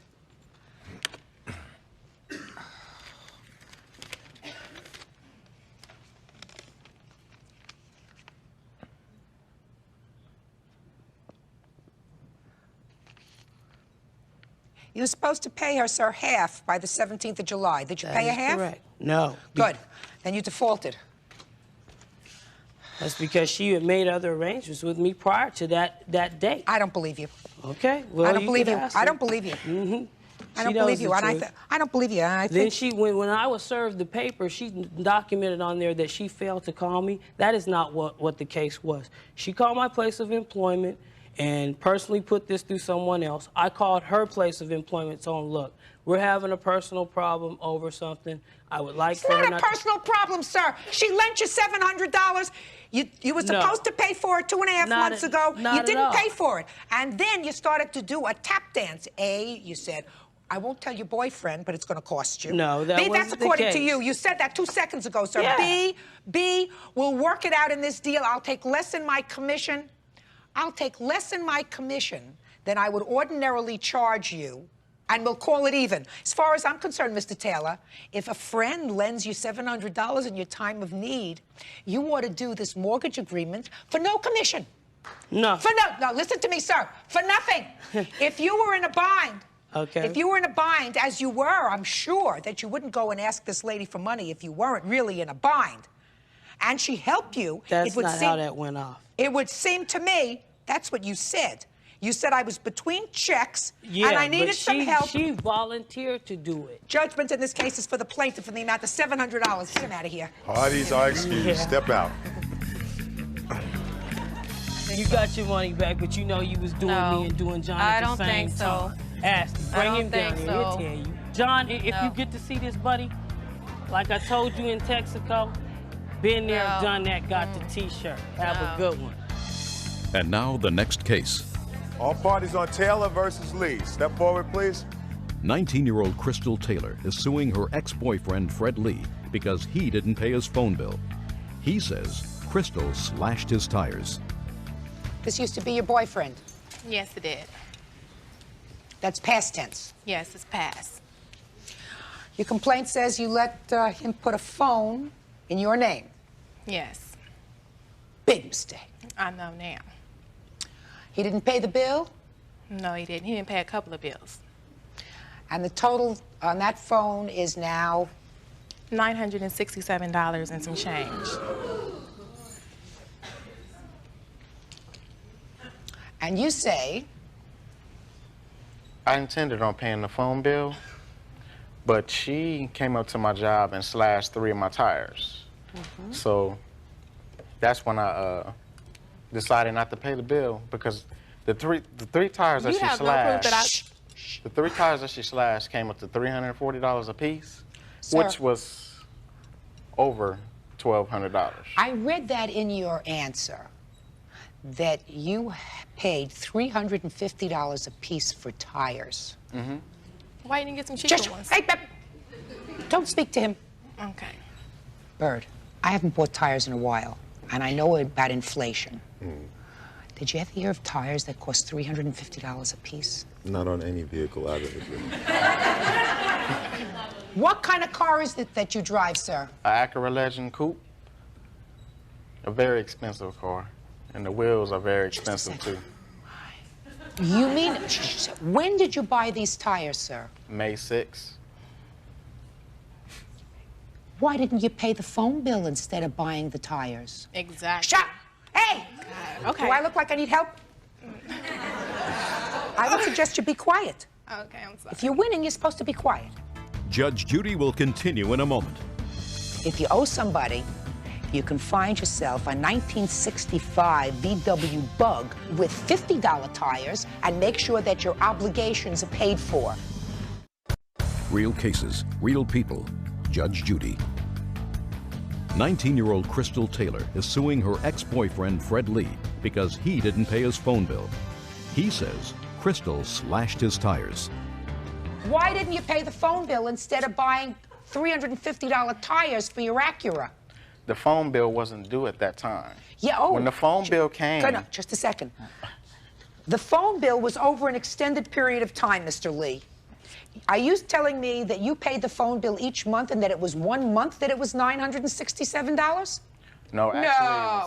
Let me see the phone bills. How many times did you pay the phone bill, sir? I paid the phone bill a couple of times. How many is a couple?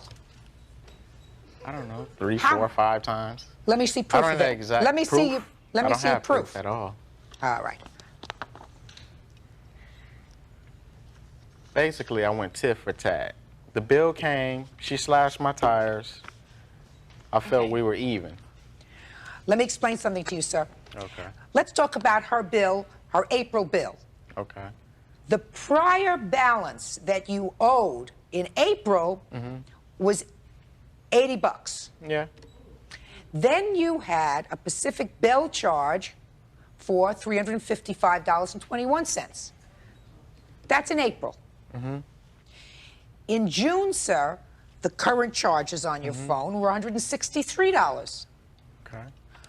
But the total due was $967.90, with a prior unpaid balance of $804.58. So it doesn't look to me as if you ever paid this bill. Ever. Now, you never paid the bill. I was going to pay the bill. Listen, did you ever hear the expression, shoulda, woulda, coulda? Yeah. I should have done that. I She could have shouldn't have done slashed my tires. Just a second. Just a second. Did you see her slash your tires? I have a witness. Did you see her slash your tires? I was at work doing my job. Listen, I don't think that it's right for anybody to slash anybody's tires. Especially at the amount that I paid. Absolutely right. Now, because that would be, if you did that, if you did that, shut. She did. If you did that, it would be taking the law in your own hands. Which she Do you did. Hey, so if you did that, that was really, really wrong to slash his $350 a piece tires that he bought instead of paying the phone bill, which is in your name. That would have been a very, very bad thing to do. Do you understand? Yes, I do. Very, very bad. But he doesn't have any proof that you did that.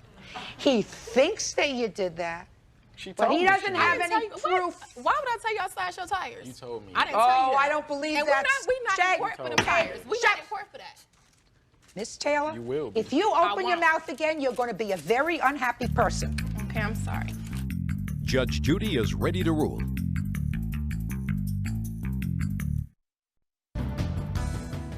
It was very bad of you to buy 3 new tires when you had this outstanding bill, sir.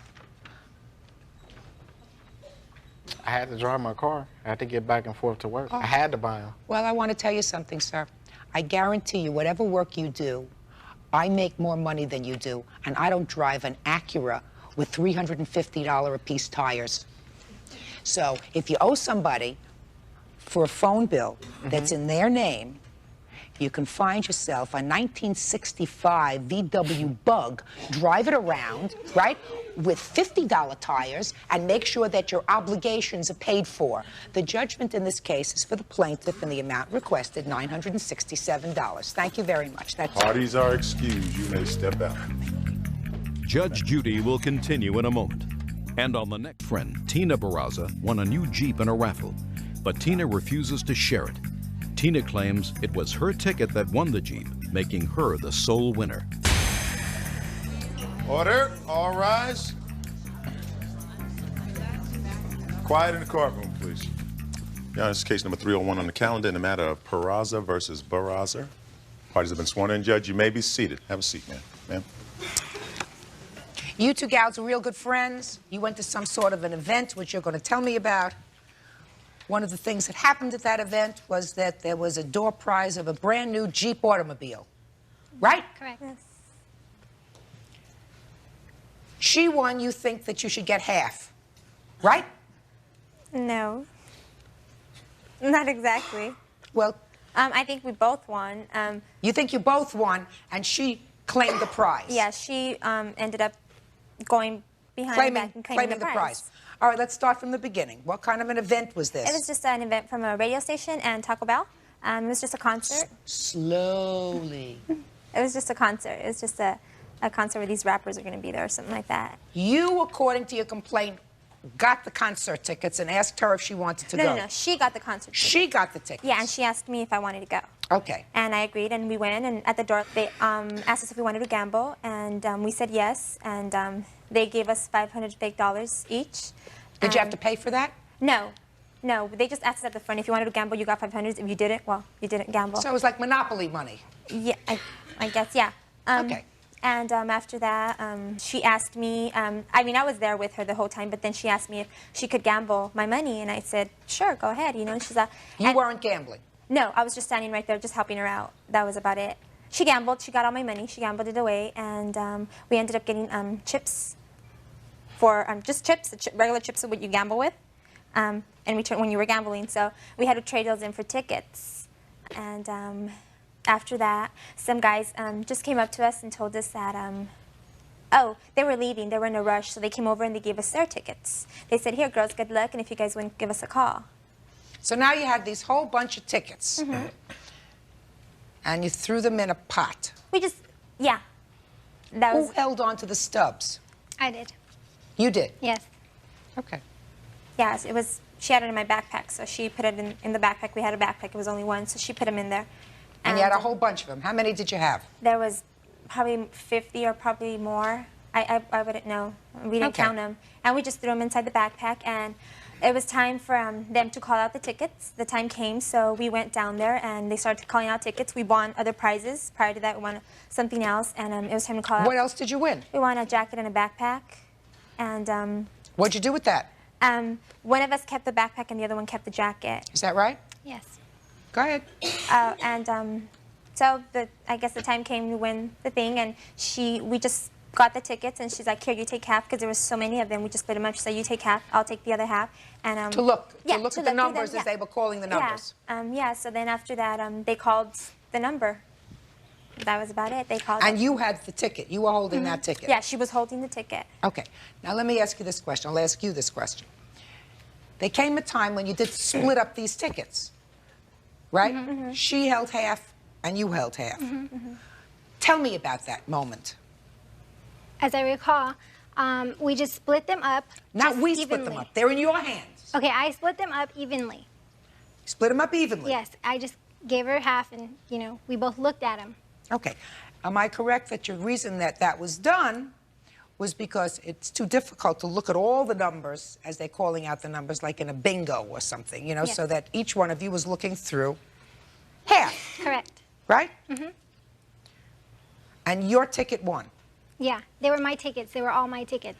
Now, why do you think they were all your tickets? Because she had given me her $500. I did not ask her if I can play with her $500. She gave them to me. She gave the $500 to me. How did that come about? She said, here, take my money. You can gamble with it. Is that what you said? No. No, that's not what happened. That's exactly what No. happened. No, we were gambling. She ended up, she was like down to her last $50, and she just said, can I, oh, let me have your money. And she said, if we would win the Jeep, we would split it up. I had said that from the guys' tickets. I had the guys' tickets in one hand, and I had my tickets in the other hand, the ones that I had won. No, you didn't. Yes, I did. No, you didn't. All the tickets were together in your backpack at one No. point. Oh, I Yes, think that they at probably one point- were. at All one the point we put tickets them were all together together. in your backpack. At one point, I had put them all together, yes. So at that point, they were all mixed together. Yes. Yours and the guys. Yes. Right.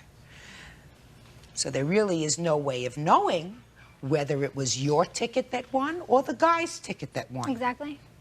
Well, now at least we got that straight. So it's not in one hand and then the other hand.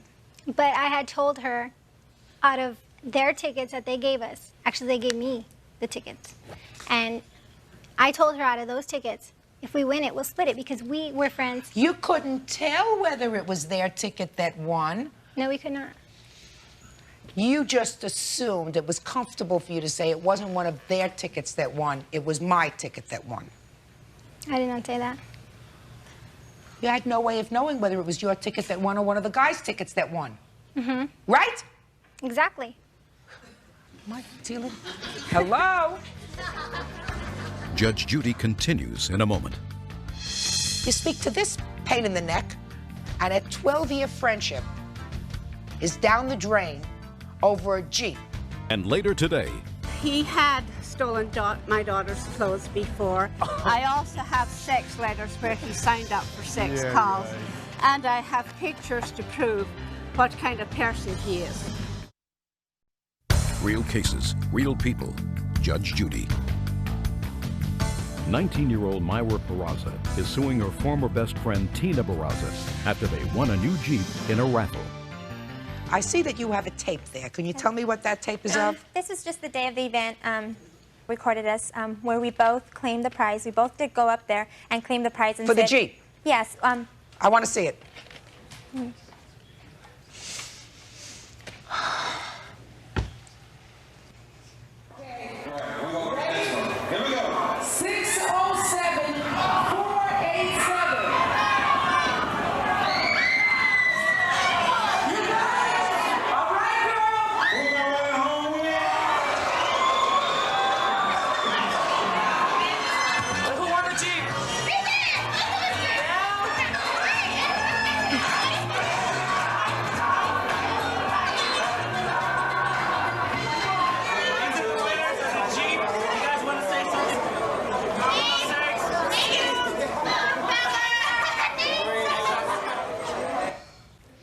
Well, that certainly looks as if, at least at that moment, there was a mutuality that each of you won that prize.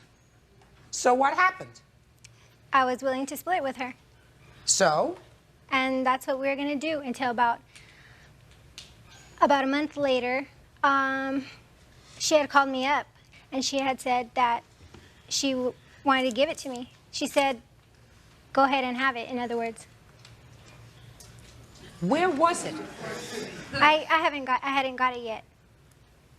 Did you do that? No, I called her up. There was all this stuff was going on with the Jeep. We didn't know what we were going to do. It was a big old thing about it. We didn't know how we were going to split it up, who was going to pay for tax and license and everything. And we were going to get the confirmation letter. And I called her up and I told her, yes, you could stay with the Jeep. But she had said if she stood with the Jeep, she was going to give me an $8,000 loan. That's how much the car was worth, $16,000. I did not state that. And I told her, okay. She said she was going to tell her dad, sell her other car that she had just bought, sell it back, and instead of paying $15,000, she'll just tell her dad to get an $8,000 loan and pay me for it. And I said, okay. We agreed. I never thought anything. I just said, okay. It was just a verbal thing, but I did tell her, okay, you could keep the Jeep and that sounds reasonable because you can't split up the Jeep. Yeah, and I just said, okay. And I said, you could pay my $8,000 or else we're just going to sell the Jeep and we're both going to get our half. No, she did not say that on the phone. she told me that she wanted me to keep the Jeep. That's what she told me. What? Of course, that's what she said to you. Yeah, but she did not specify that she wanted me to give her $8,000. Well, why would she make you a gift of $8,000? If the Jeep is worth $16,000, why in the world do you think, madam, that she would make you a gift of $8,000, which is half of the Jeep? Why? I don't understand what you're saying. Well, let's go slowly. What word didn't you understand? Why do you think? Why do you think that she would make you a present of $8,000? She did not say anything about $8,000. I did not hear anything about $8,000 on that telephone call. At that time, I was like happy. I was happy that she given it to me, and I figured that What is the she, what are reason you doing why standing up here? I want to step in for the spot where she called her. She told me through everything that happened. She called me every time they had a conversation. She was asking me, what should I do? What should I do? What do I do about the Jeep? Do I split it in half? Should I sell it? What? I told her, you know what? You won the tickets to that concert. It's your Jeep. You were holding the ticket at the time she won it.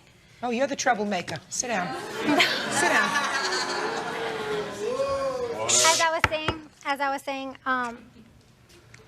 I figured the reason why she said that on the telephone is because she knew that she did not have any part in the ticket winning. Oh, please, madam. I want to tell you something. I think that your conduct was really outrageous to bring it to this point. First of all, the two of you have been friends. There isn't a question in my mind. What? 9 years. 12 years. There isn't a question in my mind, after looking at that tape, that at the time that that Jeep was won, the two of you, both of you, I saw her signing papers. We didn't sign any Just a paper. second. It was just a back of a flyer. We put down both our names and addresses. Right. It was the back of a flyer. You both put down your names and addresses as the winners. Right? Yes. That's what it looked like to me on there. Mm-hmm. And then sometime you speak to this pain in the neck who says to you, I don't think you have to split it with her at all because it was your ticket, it was in your hand.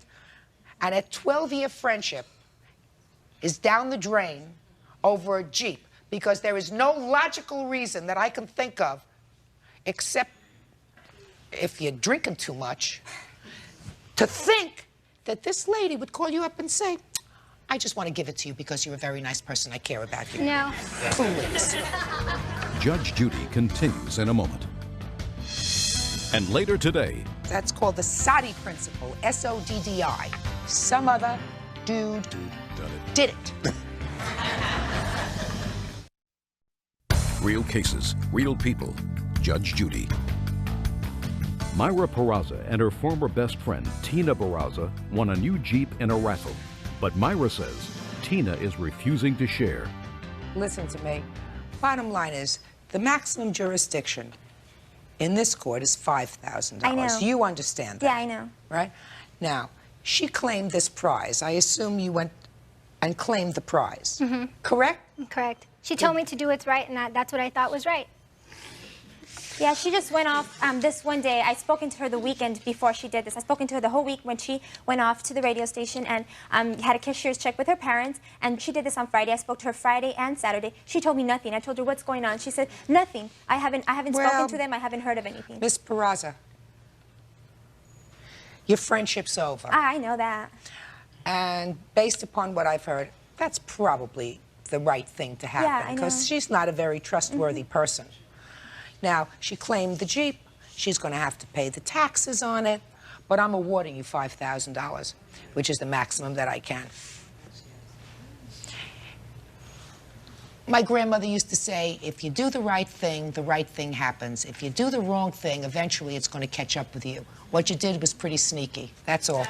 What is our excuse? You may step out. Okay, you got your Jeep, better money. Back door to your right, please. Just to reiterate what Judge Judy said, bad things, it all comes back to people or whatever. It's going to come back to her because I did what I thought was right, and in God, I trust that I did what's right, and I think it's going to come back to her what she did because she was wrong, not me. She's lucky for even being there. She's lucky for even being at the event. I don't see that she deserves half. I won the tickets. to go to the event, and she was even lucky that I took her. You got your $5,000 Yeah, you wanted. I did. So now you can shut up. Yeah, you Okay. too. You had nothing to do with this. And now the next case. Parties on Anderson versus Rankin. Step forward, please.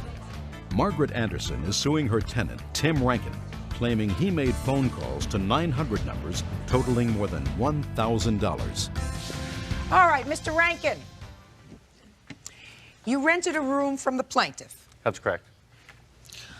and I believe that you will agree, based upon what doesn't seem to be in dispute, that when you moved in, you wanted a telephone in your room. That's correct, Your Honor. But because of prior problems, you couldn't get the phone in your name. She offered to put the phone. Because of prior problems, you couldn't get the phone in your name. I owed a past due bill on the Pacific bill. So the answer to my question is yes. You couldn't get the phone in your name. Correct. I knew we'd get there, Bird. Take your time, George. So she said, okay. Yes. Right? Are you nervous? Yes. Hmm? Yes. I could tell you were nervous. She said, okay, you put the phone in your room, and within a relatively short period of time, you got a bill. Yep. And how much was that bill for? $1,059. For a 1 month period? 2 months period. 2 months.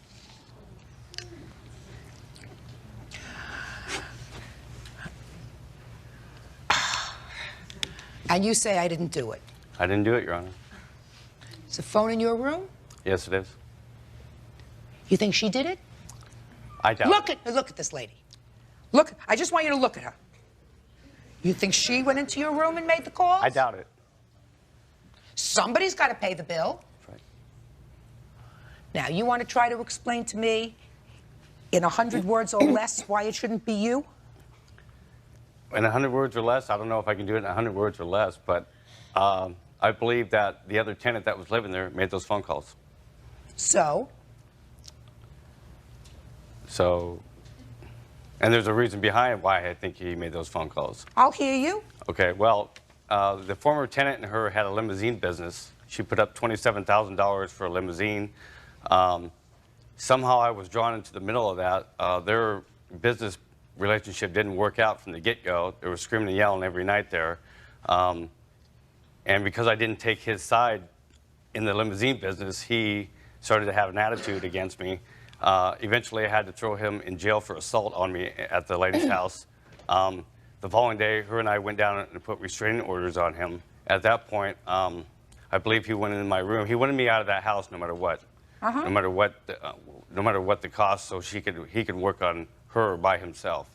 I believe that he went into my room and made a bunch of phone calls, information phone calls. I'm not sure what exactly they were. Psychic, maybe, I don't know what kind of phone calls they were. Psychic hotline calls? Is that what they were? 900. Sex calls. Sex calls. Sex calls. Okay. Okay. So that's your defense. You know what we used to call that when I was sitting judge in Manhattan? Somebody once told me that that's called the Soddy principle, S-O-D-D-I. Some other dude done it. did it. Did you ever hear that? Judge Judy continues in a moment. Mr. Rankin, let's keep this simple, sir. Somebody's got to pay this bill. The phone is in your room. If the phone had been in your room and been in your name, you would have had to have paid the phone bill. And then if you felt that somebody in an unauthorized fashion used your phone, you would go and sue them, right? That's correct. But you don't say to the telephone company, listen, Ma Belle, I didn't make the phone calls from my phone. Somebody else did it. You pay the bill, and then you pursue whatever other remedies you have. You are responsible to safeguard the phone in your room. Not her. She was doing you a favor. Why should she be out $1,059? Is there any reason? No, there's not a reason Good. she should be out. Judgment in the case is for the plaintiff in the amount of $1,059. Parties are excused. You may step out. Out the back door to your right, please. Judge Judy continues in a moment. And on the next... hello guys, आज हम लोग बात करेंगे acids के बारे में। Acids जैसा कि आप जानते हैं कि अकाउंटिंग में बहुत ही ज़रूरी जो है ना वो इसकी हैसियत है और बहुत ही ज़्यादा इम्पोर्टेंस रखता है। वेरी मोस्ट इम्पोर्टेंट आप समझ सकते हैं, मतलब कि जो 3 जो इसके पिलर है ना, तो उनमें से अकाउंटिंग भी जो है ना वो एक बहुत ही ज़्यादा एसिड भी जो है ना वो एक बहुत ही ज़रूरी चीज़ है अकाउंटिंग के। जो मतलब कि क्या कह सकते हैं कि जो बेस हैं, ठीक है, जिसके ऊपर अकाउंटिंग खड़ी हुई है, वो पिलर जिसके ऊपर अकाउंटिंग खड़ी है, उनमें से एक जो है वो एसिड भी है, ठीक है। तो एसिड के बारे में यहाँ पर हम इसकी डेफिनेशन देखेंगे और ये आपके सामने जो डेफिनेशन दी गई है ये बहुत आसान डेफिनेशन है। आप चाहें तो इसे ही यूज़ कर सकते हैं, अगर आप चाहें तो अपनी बुक वाली डेफिनेशन भी यूज़ कर सकते हैं, लेकिन वो डेफिनेशन जो है ना वो थोड़ी सी शॉर्ट है। तो मैंने ये डेफिनेशन जो है ना ये थोड़ी सी मतलब कि मॉडिफाई की है कि ताकि आप यानी कि आपको बेहतर तौर पर जो है ना वो आपके मार्क्स मिल सके, ठीक है। और आप यहाँ पर एग्जाम्पल को अलग एक हेडिंग बना के लिखें तो वो ज़्यादा बेहतर है, ठीक है। तो चलें हम लोग एसिड से शुरू करते हैं। तो एसिड क्या होता है? सबसे पहले तो हमारे पास अगर हम उर्दू में बोलें तो इसको बोलते हैं असासा। तो असासा क्या होता है? ऐसी कोई भी चीज़ जो हमारे लिए फ़ायदामंद हो, ठीक है। अब वो चाहे पैसों की शक्ल में हो सकती है या किसी भी और तरीक़ा से हो सकती है। वो जो चीज़ हमारे लिए फ़ायदामंद है वो क्या है? वो एसिड है, ठीक है। अगर हम घर में बात करें तो हमारे घर में जो फ्रिज पड़ी हुई है वो हमारे घर का एसिड है, ओके। हम ये फ़ोन जिससे मैं ये वीडियो शूट कर रहा हूँ ये मेरे लिए क्या है? ये अगर तो मेरा मतलब है कि अगर मैं इससे कमा रहा हूँ, मैं बच्चों को क्लास दे रहा हूँ, तो डेफिनेटली ये मुझे पैसे भी कमा के दे रहा है, ठीक है। लेकिन अगर मैं इससे क्या कर रहा हूँ, इसे सिर्फ अपने घर के यूज़ के लिए रखता हूँ, तो ये मेरे घर का एसिड है, ठीक है। तो आप देख सकते हैं कि हमारे पास जो चीज़ हमें फ़ायदा दे रही है किसी न किसी शक्ल में, चाहे वो क्या है, वो चाहे मेंटल सेटिस्फेक्शन है, वो घर की कोई चीज़ है, या फिर क्या है कि वो किसी और की खुशी है या हमारी खुशी है, या फिर कोई पैसे मॉनिटरी टर्म्स में जो है ना वो अगर हमें वो कोई चीज़ फ़ायदा दे रही है तो वो हमारा क्या है? वो एसिड है, ठीक है। किसी ना किसी तरीके से अगर हम उससे कुछ कमा रहे हैं, कुछ ना कुछ उससे हमारे पास आ रहा है उसकी वजह से, तो वो हमारा क्या है? वो एक एसिड है, ठीक है। तो एक अगर फ़नी मिसाल अगर आप लेना चाहें तो क्या है कि एक सफाई करने वाले का जो एसिड है वो क्या है? वो उसका झाड़ू है, ठीक है। तो इसी तरह से हर एक चीज़ के लिए अगर आप बात करें तो हर एक चीज़ के लिए एक एसिड होता है जिसको हम लोग क्या कहते हैं, जो हमें कुछ ना कुछ फ़ायदा देता है। हमें मतलब चीज़ से मुराद था मेरा कि चाहे बिज़नेस हो, चाहे घर हो, चाहे कोई इंडिविजुअल पर्सन है, ठीक है। तो वो हमारे पास क्या होता है? हमारे पास एक असासा होता है जो हमें आने वाले वक्त में फ़ायदा दे रहा है, हमें पैसे कमा के दे रहा है, वो हमारा एसिड है, ओके। तो आए हम इसकी डेफिनेशन पे चलते हैं। Any resource owned by a business, ठीक है। तो ये अगर हम इसकी बात करें तो यहाँ पर जो अगर हम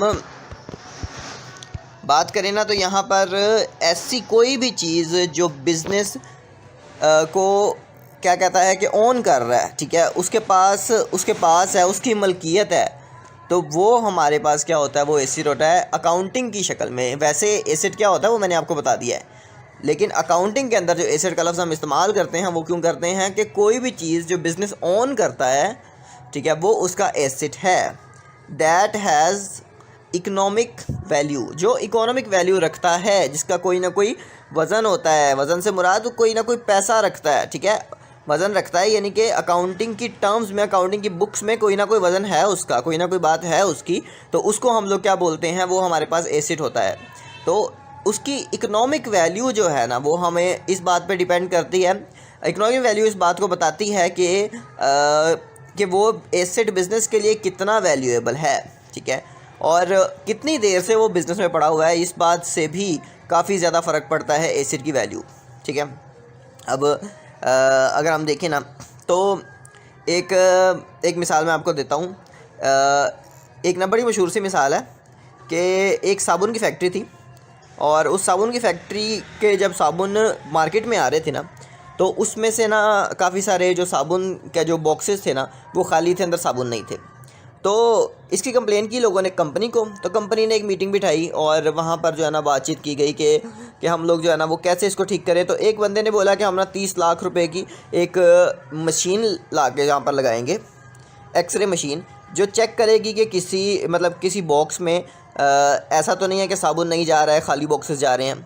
तो अब ऐसी सिचुएशन में ये 30 लाख रुपए का जो एसेट है ना वो उनके लिए वैल्यूएबल एसेट होगा, क्योंकि उन्होंने इसको बहुत ही ज़्यादा तरीक़ाकार से, मतलब कि बहुत ही ज़्यादा कह सकते हैं कि एक बहुत ही ज़रूरी चीज़ कंपनी की रेपुटेशन बनाने के लिए उन्होंने इसको लिया है, तो ये बहुत ही वैल्यूएबल एसेट होगा। लेकिन अगर उसी के बरक्स अगर हम बात करें ना, तो एक कंपनी ऐसी है, तो उसी कंपनी के अंदर अगर वो 30 लाख रुपए की मशीन लगाने की जगह अगर किसी जूनियर एम्प्लॉय की बात सुन के वहाँ पर अगर वो एक पंखा लगा दें, हाई स्पीड फ़ैन लगा दें और उसके ज़रिए जो खाली बॉक्सेज हैं वो उड़ जाएं, ठीक है, तो तब भी ये एसेट उतना ही वैल्यूएबल होगा कंपनी के लिए। लेकिन क्या है कि इस पर उतना ख़र्चा नहीं आया। दैट मीन्स कि हर बार चीज़ की प्राइस जो है ना, एसेट की प्राइस जो है ना, वो मैटर नहीं करती है कि उसका बिज़नेस में रोल क्या है।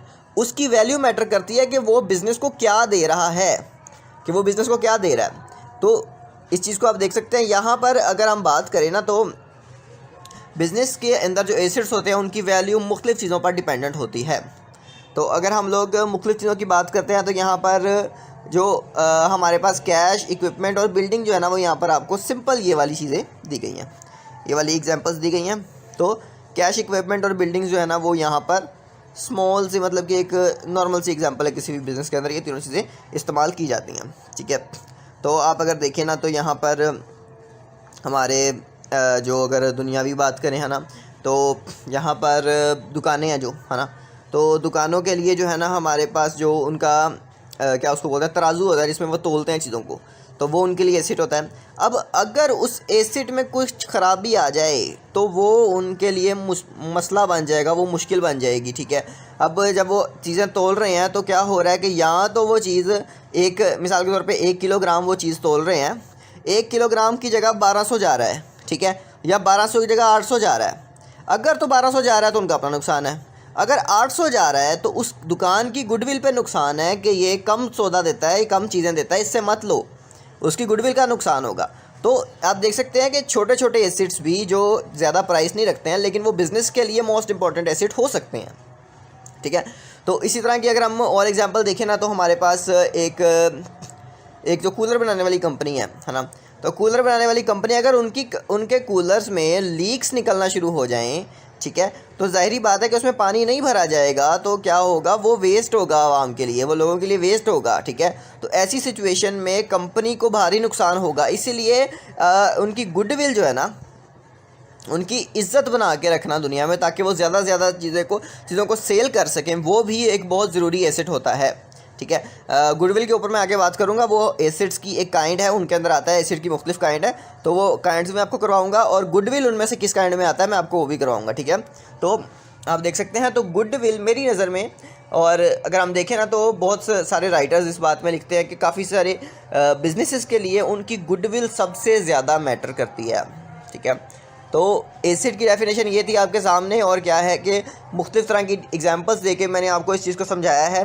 तो एक दफ़ा मैं तो रिपीट कर देता हूँ कि अगर कोई भी चीज़ जो फ़ायदा दे रही है, चाहे वो बिज़नेस के लिए, चाहे इंडिविजुअल के लिए, चाहे घर के लिए, ठीक है, किसी भी सूरत में, आपके घर में फ्रिज होगी, कंप्यूटर होगा, आप ये वीडियो भी आप किसी लैपटॉप पे या फ़ोन पे देख रहे होगे, किसी कंप्यूटर पे देख रहे होगे, तो वो भी आपका एसेट है, ठीक है। तो एसेट्स क्या होते हैं हमारे पास, कि जो कोई ना कोई फ़ायदा दे रहा हो, चाहे वो इंसान एसेट नहीं है, ठीक है, उसको एम्प्लॉय कह सकते हैं, ठीक है, या इसी तरह के और भी हम वर्ड्स यूज़ कर सकते हैं। लेकिन क्या है कि जो इंसान है वो एसेट नहीं है। एसेट्स वही हैं जो चीज़ें हैं, जो अशियाँ हैं, आपके सामने होंगी, आपके घर में होंगी, आपके बिजनेस में होंगी, ठीक है। तो अगर आप बिज़नेस में जाना चाहते हैं, तो डेफिनेटली आपको एसेट्स, लायबिलिटीज़ और इस तरह के जो मेजर चीज़ें हैं अकाउंटिंग के अंदर, उनकी वैल्यू और उनकी डेफिनेशन जो है ना, वो आपके सामने क्लियर होनी चाहिए, ताकि आप उनके बारे में जब बात हो रही हो तो आपको ये ना लगे कि आपको समझ नहीं आ रहा है, ठीक है। तो इस डेफिनेशन को आप अच्छी तरह से याद कर लीजिएगा, इस वीडियो कंप्लीट देख लीजिएगा, ताकि आपको आज के बाद कभी एसेट की डेफिनेशन में या एसेट के कॉन्सेप्ट में आपको कोई प्रॉब्लम नहीं होगी। इस डेफिनेशन के बाद मतलब इस डेफिनेशन की एक्सप्लेनेशन के बाद आप इजीली जो है ना, वो इस चीज़ को हैंडल कर पाएंगे कि अगर एसेट है तो वो क्या है, वो एसेट क्या दे रहा है, ठीक है। मोस्ट ऑफ लोग क्या कहते हैं कि ओन्ड बाय कंपनी। अब ओन्ड बाय कंपनी ये कैसी डेफिनेशन है ना, अब इसमें कुछ समझ ही नहीं आ रहा है। तो यहाँ पर आपके सामने दिखिए कि वो इकोनॉमिक वैल्यू कर रही है, चाहे वो अभी दे रहा है, चाहे वो फ्यूचर में दे रहा है, इकोनॉमिक वैल्यू प्रोवाइड कर रहा है ना अगर, तो वो एसेट है, ओके, उसमें बिल्डिंग इक्विपमेंट कैश सब एसिड हैं, ठीक है। और ठीक है, आज की वीडियो इतनी थी, तो मैं आपसे मिलता हूँ नेक्स्ट वीडियो में। Thanks for watching.